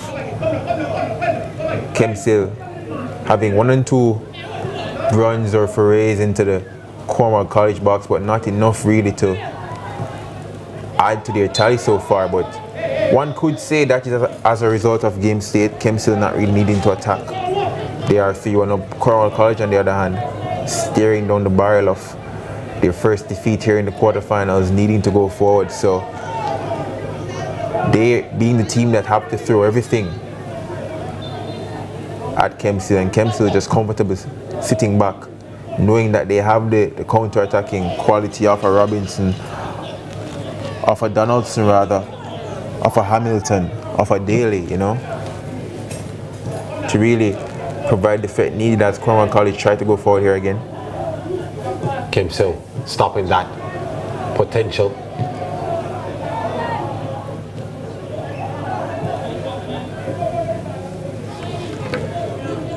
Yeah, Cornwall College, they're still desperate for that second goal. I would breathe life into a potential comeback here to tie things up. I think with 15 minutes left in the game, it's important that Cornwall College heads don't drop. There's still a lot of time left, and as I've said earlier, I think they've created more than enough situations to get a result from this game, to score goals. So if I'm Coach Hector Wright, and especially seeing the results that they've had so far this season, seeing the performances that they've had so far this season, seeing that they managed to beat this very same Kemps Hill outfit earlier this season, you know, it'd still be encouraging the Soldiers, still telling them to go forward, still telling them that we can do it. You know, 15 minutes left, but we've seen stranger things happen in football. We're not at the point yet of no return, and Cornwall College are still very much looking to attack, as Kemps Hill here over this throw-in. Here's a throw.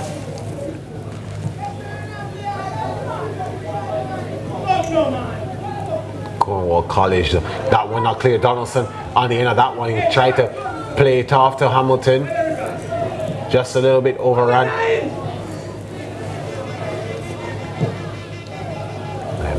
Poor pass there. In the middle of the field here is Faulkner now coming the other way. Or Tucker rather. Tucker trying to find Hamilton again.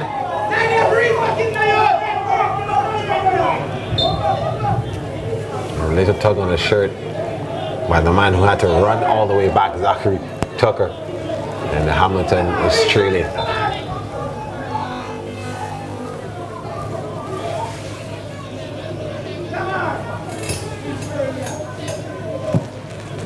Cornwall College with the free kick. It's going out wide to try to find Bernard.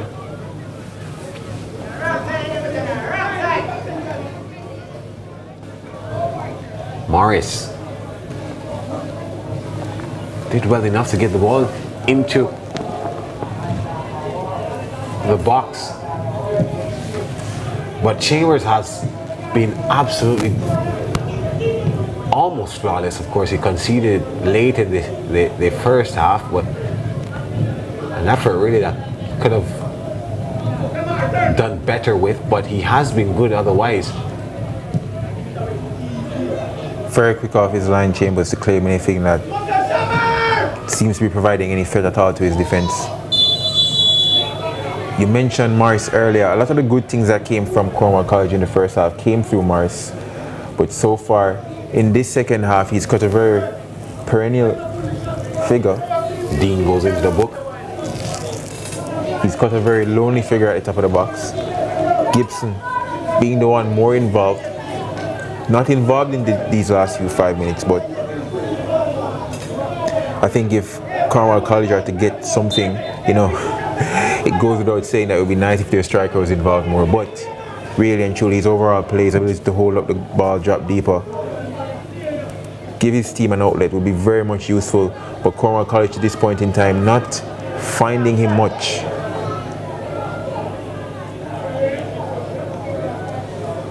Donaldson thought he had just enough to get to Hamilton. Turns out it wasn't the case. Cornwall College.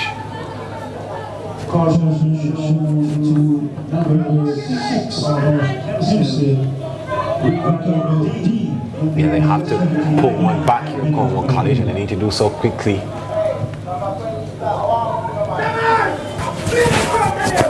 They don't look as fluent as they did in the first half. Seem to be a bit more chaotic. And that's why I made mention as we get ready to see the substitution from Kemps Hill. Donaldson, he's going to come off, and it looks as if Rashawn Thompson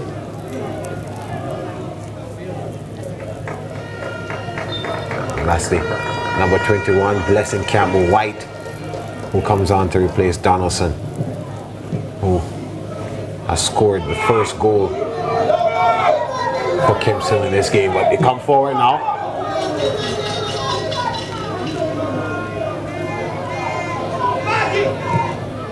Rashawn Thompson, confirmation of that substitution. Again, Campbell.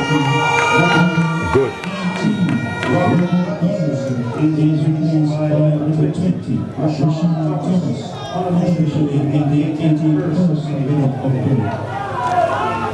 Cornwall College, the cross comes in. Laid it for Morris. Morris! Another good save by Chambers.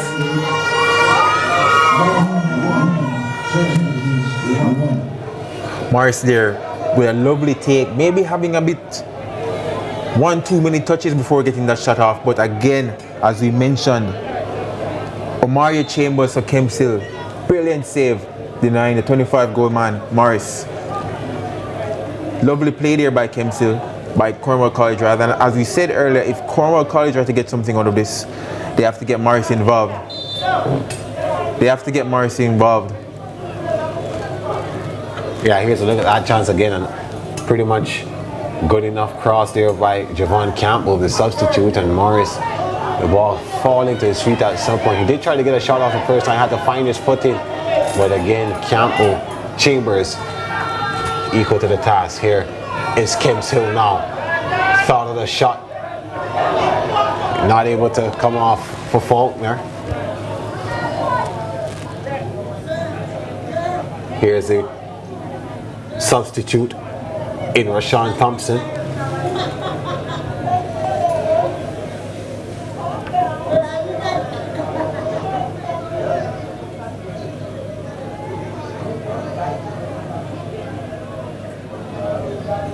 Long throw and a foul throw at that.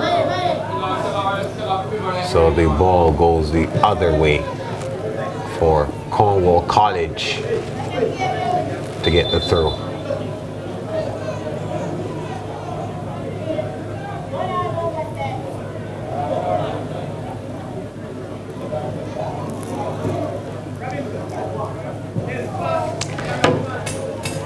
Just about 7 minutes left to play in this encounter. Kemps Hill up 3-1 against Cornwall College. A win, if it stays like this, means Kemps Hill would have a chance of getting into their first ever semi-finals.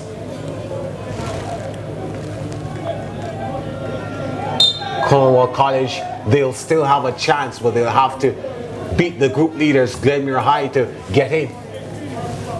And I'm sure they're watching to see how they can scout and tell their schoolmates who represent them so glamorously what they need to do to get the win against Cornwall. Is replaced by number 10, Jamaican in the 84th minute of play. As someone who has watched Glenmuir extensively so far this season, Cornwall going to that game should definitely not be disheartened. Glenmuir, a quality team, but they do have the tendency to concede goals, as we mentioned here. You know, they lost to Kemps Hill already so far this season. Kemps Hill managed to put 2 past them in the first game of this round where Glenmuir won 3-2. So Cornwall College should definitely not be disheartened. I've seen enough here today to suggest that Cornwall College can create chances. Whether or not they take those chances or take those situations, as we see the principal there, I believe, of Glenmuir in the green. But whether or not Cornwall College takes those chances is another thing. So Glenmuir definitely probably favourites to go through, but the group's still open. Either of these teams really have an opportunity.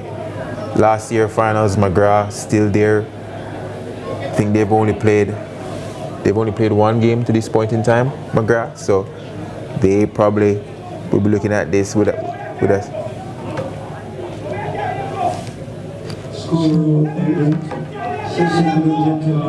So still an opportunity for these two teams that are playing here today. There's confirmation of a yellow card to Zachary Tucker. Went into the referee's book.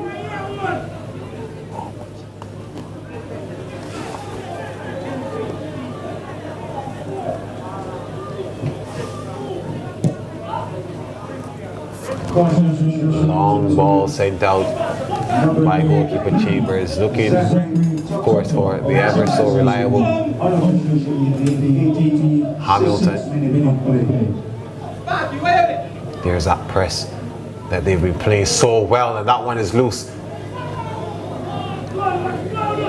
The substitute on that one, Thompson, passes it back to Shavante Knight. Knight trying to go forward, go along.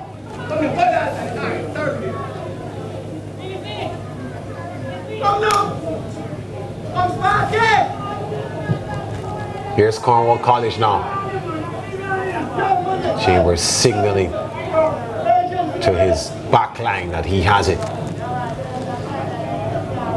Yeah. Bernard was in hot pursuit, but not able to get to that one. Chambers off his line early on. Bit of spin on that. And eventually cleared by Robinho Rodney.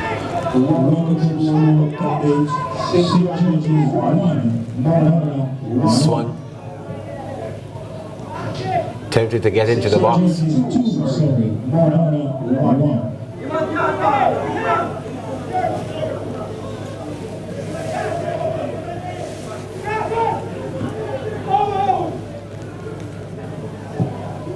Tucker sends this one long. Faulkner gets it. Can't control it properly.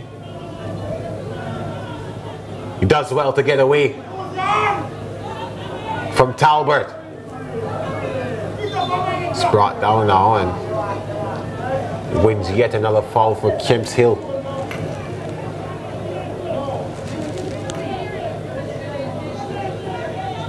Yeah, he's been pretty good as well. Another player that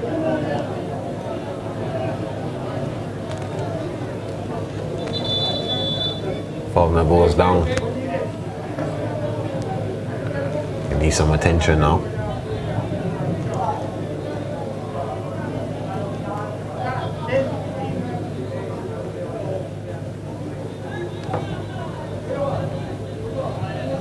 Okay, so we have obviously the focus on Group A, but if we look at Group B of this quarterfinals,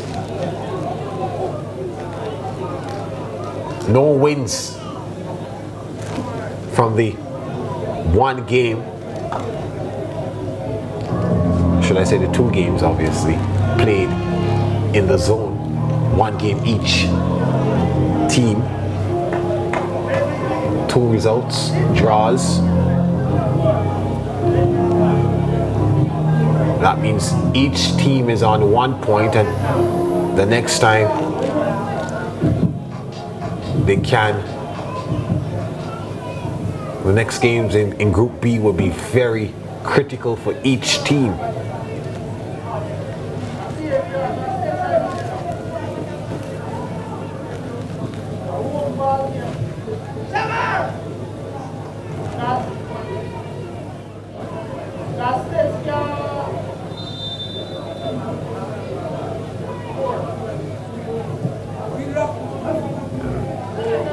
Thompson plays that one straight into Blair's hand.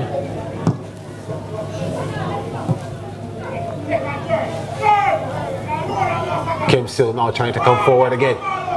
Faulkner all by himself. Faulkner. Flag goes up for offside.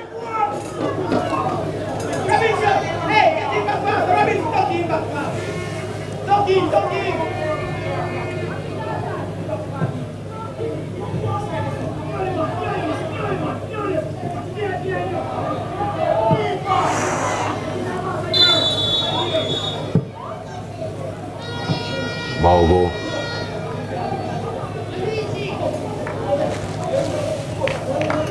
The way for Cornwall College. So Saturday is going to be a blockbuster.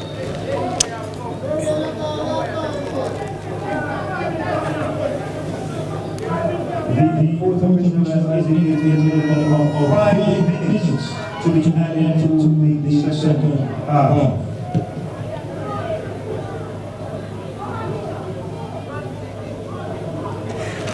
So just to update you on Group 4, on Group B rather, this one is sent aside and Chambers collects Manchester, the venue for the game between Christiana and St. Elizabeth Technical High School. That's Stets. Stets with a 4-0 lead.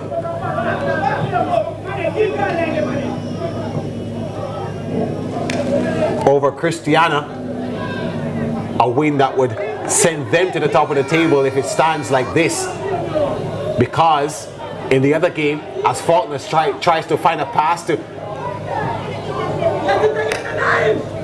the midfield,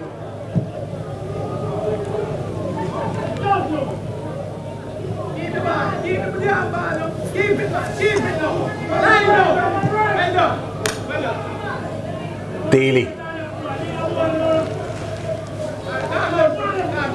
Kemps Hill will keep the ball.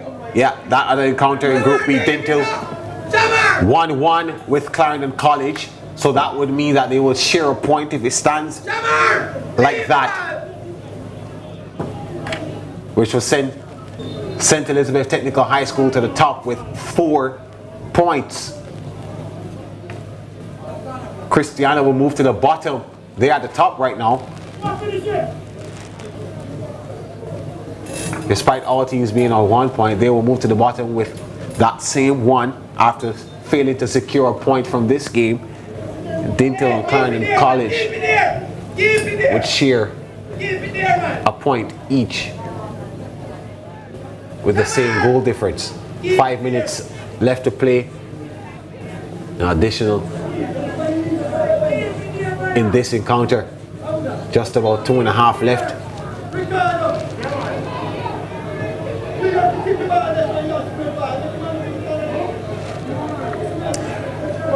Referee calling handball there. I'm not sure I fully agree with that decision, but nonetheless, free kick to Kemps Hill, Jordan Faulkner, standing over this one. Doesn't necessarily have to go towards goal here. 2 minutes left off. Stoppage time in this game, already leading 3-1. Don't need another goal. But they have been threatening from set pieces. They have asked questions from set pieces, so let's see. Let's see what they decide to do here. Faulkner standing over this one. Curls it inside and it goes over the crossbar. No threat. Not much time left in this encounter. Kemps Hill, they can sense victory. They can sense their dream still alive.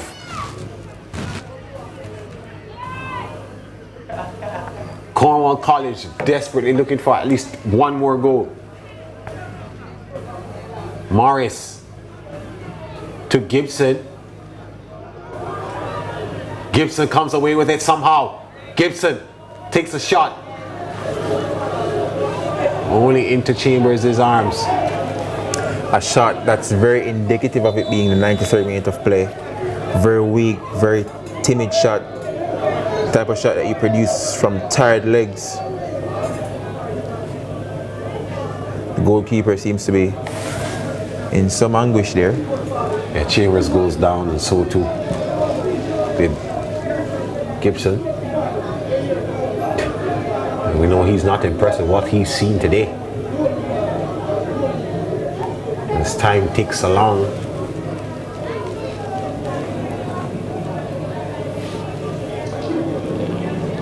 what it would mean for Kemps Hill to keep that dream alive. Their coach did say that it would be a surprise to how deep they go, if they can go deep. And I think even though he was already surprised, now he would be pleasantly surprised if they can somehow surge through. And by the time they reach on Saturday against McGrath, would have all to play for.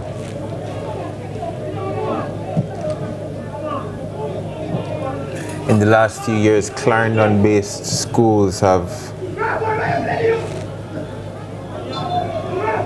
very much been, a fixture in the latter stages of schoolboy football. Very dominant. We had Clarendon College and the Lenny Hyde a few years ago. Glenmuir have always stamped their class in the Costa Cup and winning the Champions Cup on a few occasions. Kemps Hill here playing very good football this season. Here's Faulkner. Faulkner, was falling while taking that shot, so no threat.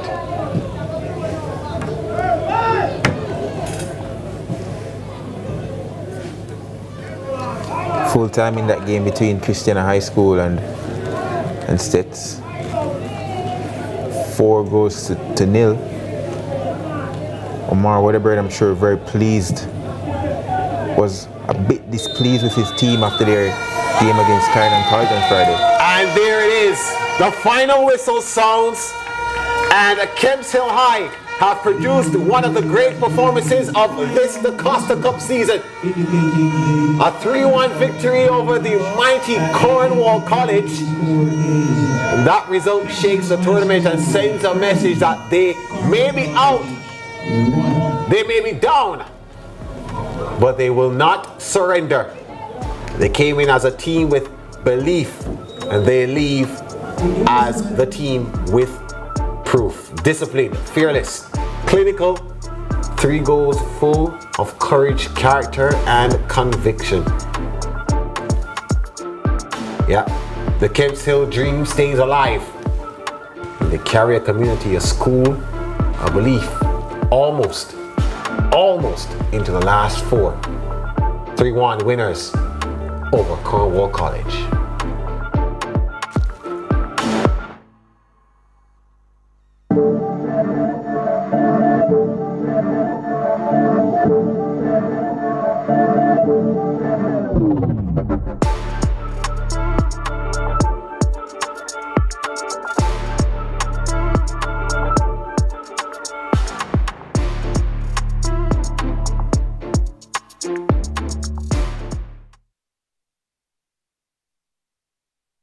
season for giving thanks for what matters. It's the time to show up, be there for each other, and to feed our hope for a brighter tomorrow. Celebrate being together with a KFC festive feast. Get the new festive 9 bucket. Proceeds from each festive feast purchase go towards hurricane relief. KFC is finger licking good. Team, we need to pass the ball quicker. Much quicker. And you need to make sure. I'm the coach. And I'm the assistant coach. No. Your job is to bring the water and keep us hydrated. Matter of fact, where's the water? I've got it, coach.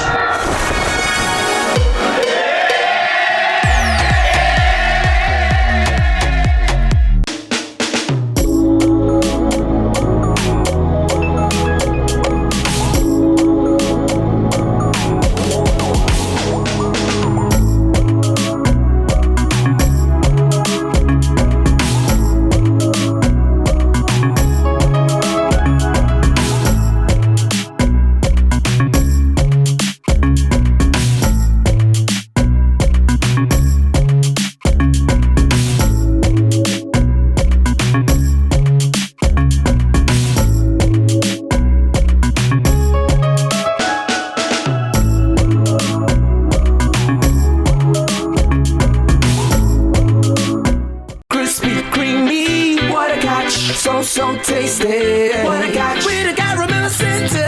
What a catch. And so much chocolate. Ooh, yeah, yeah, yeah. First it's crispy, then it's creamy. With so much chocolate, smooth and milky. And when you go a little deeper, you find caramel. Ooh, yeah, yeah, yeah. What a catch. Oh, oh, oh, oh, oh. What a catch. You know we love you. What a catch. Oh, oh, oh, oh, oh. First it's crispy, then it's creamy. What a catch.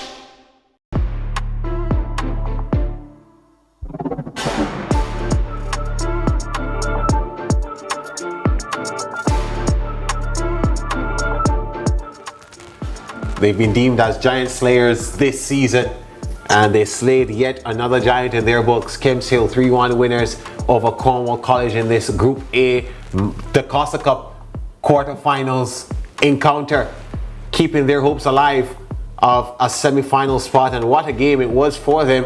They went about their business quite well from the very start. The early advantage went to Cornwall College rather. Kemps Hill, they had a shot early. The first goal coming in the 15th minute. Greg Hamilton serving up Robert Donaldson this one after a lovely thread through by Jordan Faulkner. That was 1-0 at that point.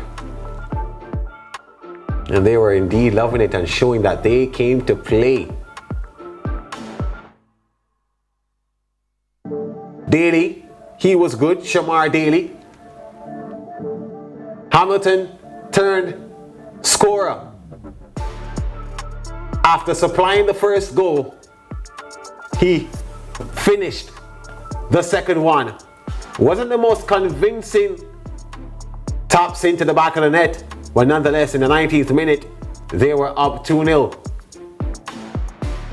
Cornwall College, they weren't great defensively, and it showed with Khalid Fraser bringing down Jordan Faulkner in the box. Penalty and a chance to go 3-up. And 3-up they did when Daly converted this chance in the 30th minute. Cornwall College knew then that they had to fight and fight hard. There were pockets of chances for them. This small fall into their talent man Carlondo Morris, who tried his best, but it was just out of reach for him.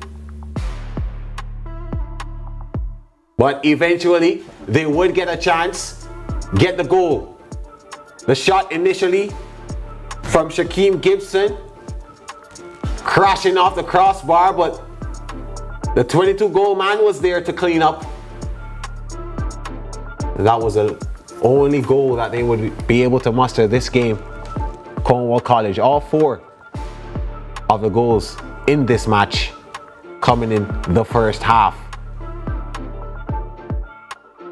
Should have really been 3-2 when Gibson did all the work there to get that ball through. The shot wayward. Second half, it was more of what could have been for Cornwall College. Gibson again, who pretty much created every chance that they had, Cornwall College, after moving a little bit more centrally. Kemps Hill, they kept on aggressing, being the aggressors, but they still had to show their defensive prowess at times. Javon Campbell with the save there. Gibson again with the attempt for the spectacular, and that one going over the crossbar. Another glorious chance there for Carlondo Morris. Yeah, they relied on their target man, and he was not able to give them exactly what they needed. But at the end, it only mattered when Alexi Perry said that that was the end of the game, that Kemps Hill came out victorious. Time to hear now from the coaches, Janae Robinson. She has them both. And I'm here with head coach of Cornwall College, Coach Hector Wright. Coach, at halftime I spoke with your manager, who was confident that Cornwall would advance, but things shifted a little bit after halftime. What do you think went wrong with your team after the break? Not necessarily after the break. I mean, the guys started the game, a bit slow. Gave up 3 easy goals. I think we came back into the latter part of the first half, got one back, and should have maybe got another one before the halftime break. We didn't capitalize. So, such is football. If you don't capitalize on your chances, the turnout can be like this. You speak about these moments. Kemps Hill came out with a lot more aggression and a bit of precision throughout the game. How much do you think their intensity disrupted your tactical plans? Yeah, they did. They were playing a high-press game, which I think we didn't dealt with that, good enough like I said, in the first half. We tried to play our short pass game, which we should have gone for that searching ball to really release that pressure. We didn't do that, and as a result, Kemps Hill, what the plan that they came with, looked like it worked. You know about playing in high pressure moments, so this is not anything that's unfamiliar for you. You have a must-win game coming up. How do you approach your team for your next fixtures? Yeah, we know the importance of the next game coming up against Glenmuir. We know that we have to pick up ourselves, and go out there and play, play real hard. We're playing at home, which I think that should have the guys, in a little bit of comfort. So I'm hoping that they can just, all these chances that we gotten today, if they come on Saturday, hopefully we can capitalize and pick ourselves up. Thank you, Coach. All the best. Thank you. No problem. And now we welcome head coach of Kemps Hill, Coach Keegan Mitchell. Coach with a smile on his face. Before the match, he told me that Shamar Daly is the best player in schoolboy football, and he certainly showed his class today. How proud are you of his performance and the way and the way that your team played today? Very proud, very proud. Knowing Shamar and where he's coming from, he came a far, far way. So displaying this type of talent now, we just have to commend him and keep motivating him to do even better. I heard one of our commentators, Gerard Marcilli, speaking in the match, and he was saying that Kemps Hill 1 has been playing well all season, but this Kemps Hill today, we've seen character, we've seen grit, we've seen a lot of determination. Can you speak to me about just the work that you've been doing with the boys so far this season? I wouldn't say it's a lot of work. It's more of a psychosocial thing. We have to just get in their head, try to keep them motivated, because it's the first time they've ever reached this far, so their heads are all over the place. So the hardest task for us is just to get them to actually stay focused, just to focus on games and not to let the crowd and the person from outside get in their head. I'm glad that you brought that up, Coach, because this is a massive 3-1 over historic Cornwall College. What does this result say about the mentality and the growth of the squad? I can say it's a good deal. Cornwall College, as I said before, is a big name. We are the underdog. Nobody expected us to reach here. So if we reach here, might as well continue fighting to the end. All the best, Coach. Thank you. All right, no problem. Thanks a lot.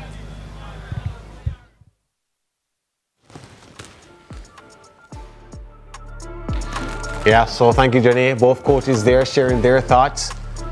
And it was pretty much of a slugfest between these two teams. 32 shots at goal, 17 of them coming from Kemps Hill, 7 on target. Cornwall, they had 15 shots and 7 on target. They had more infringements, the team from Montego Bay, 5 more than Kemps Hill. But 3 yellow cards in this encounter went to Kemps Hill, and Cornwall, they just picked up the 1. No red cards shown, which is good. 2 more corners for the Clarendon-based Kemps Hill team. And they got away with the win. So it sets up the group like this. My. Glenmuir, Kemps Hill leapfrogging, Cornwall College rather. And they have 3 points with a superior goal difference. That sets up nicely Saturday's encounters when Glenmuir face off with Cornwall College, and the Kemps Hill, they go up against McGrath. Remember, all these teams can end up, well, 3 of these teams can end up with 6 points if Kemps Hill should come away with victory against McGrath High, and Cornwall College can somehow defeat Glenmuir High. Then it will come all the way down to goal difference. It's a lot less straightforward in Group B. Stets, after a 4-0 win over Christiana High, they moved into the top spot. Dental Technical getting a win over Clarendon College after they were out 1 point, drawing 1-1. Dental found a late winner, and they go up to 4 points with Stets. Clarendon College, they have to fight for another point. Yeah. It has been tremendous drama in the DaCosta Cup. But our top striker for this encounter, Greg Hamilton, not only did he score, but he was the man to get the ball rolling for his Kemps Hill team before he came up with a goal of his own. He's our Burt's Auto Parts top striker. Kemps Hill coming up with a win.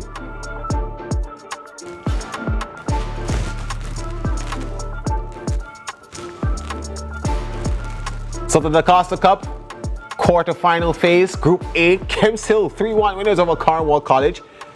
We continue our schoolboy football coverage here on CVM TV on Thursday. That's tomorrow. Manchester High School, the venue for this Ben Francis Cup encounter between Manchester High and William Knibb Memorial. You don't want to miss that one. I'm Gerard Morris-Seeley signing off for the entire team.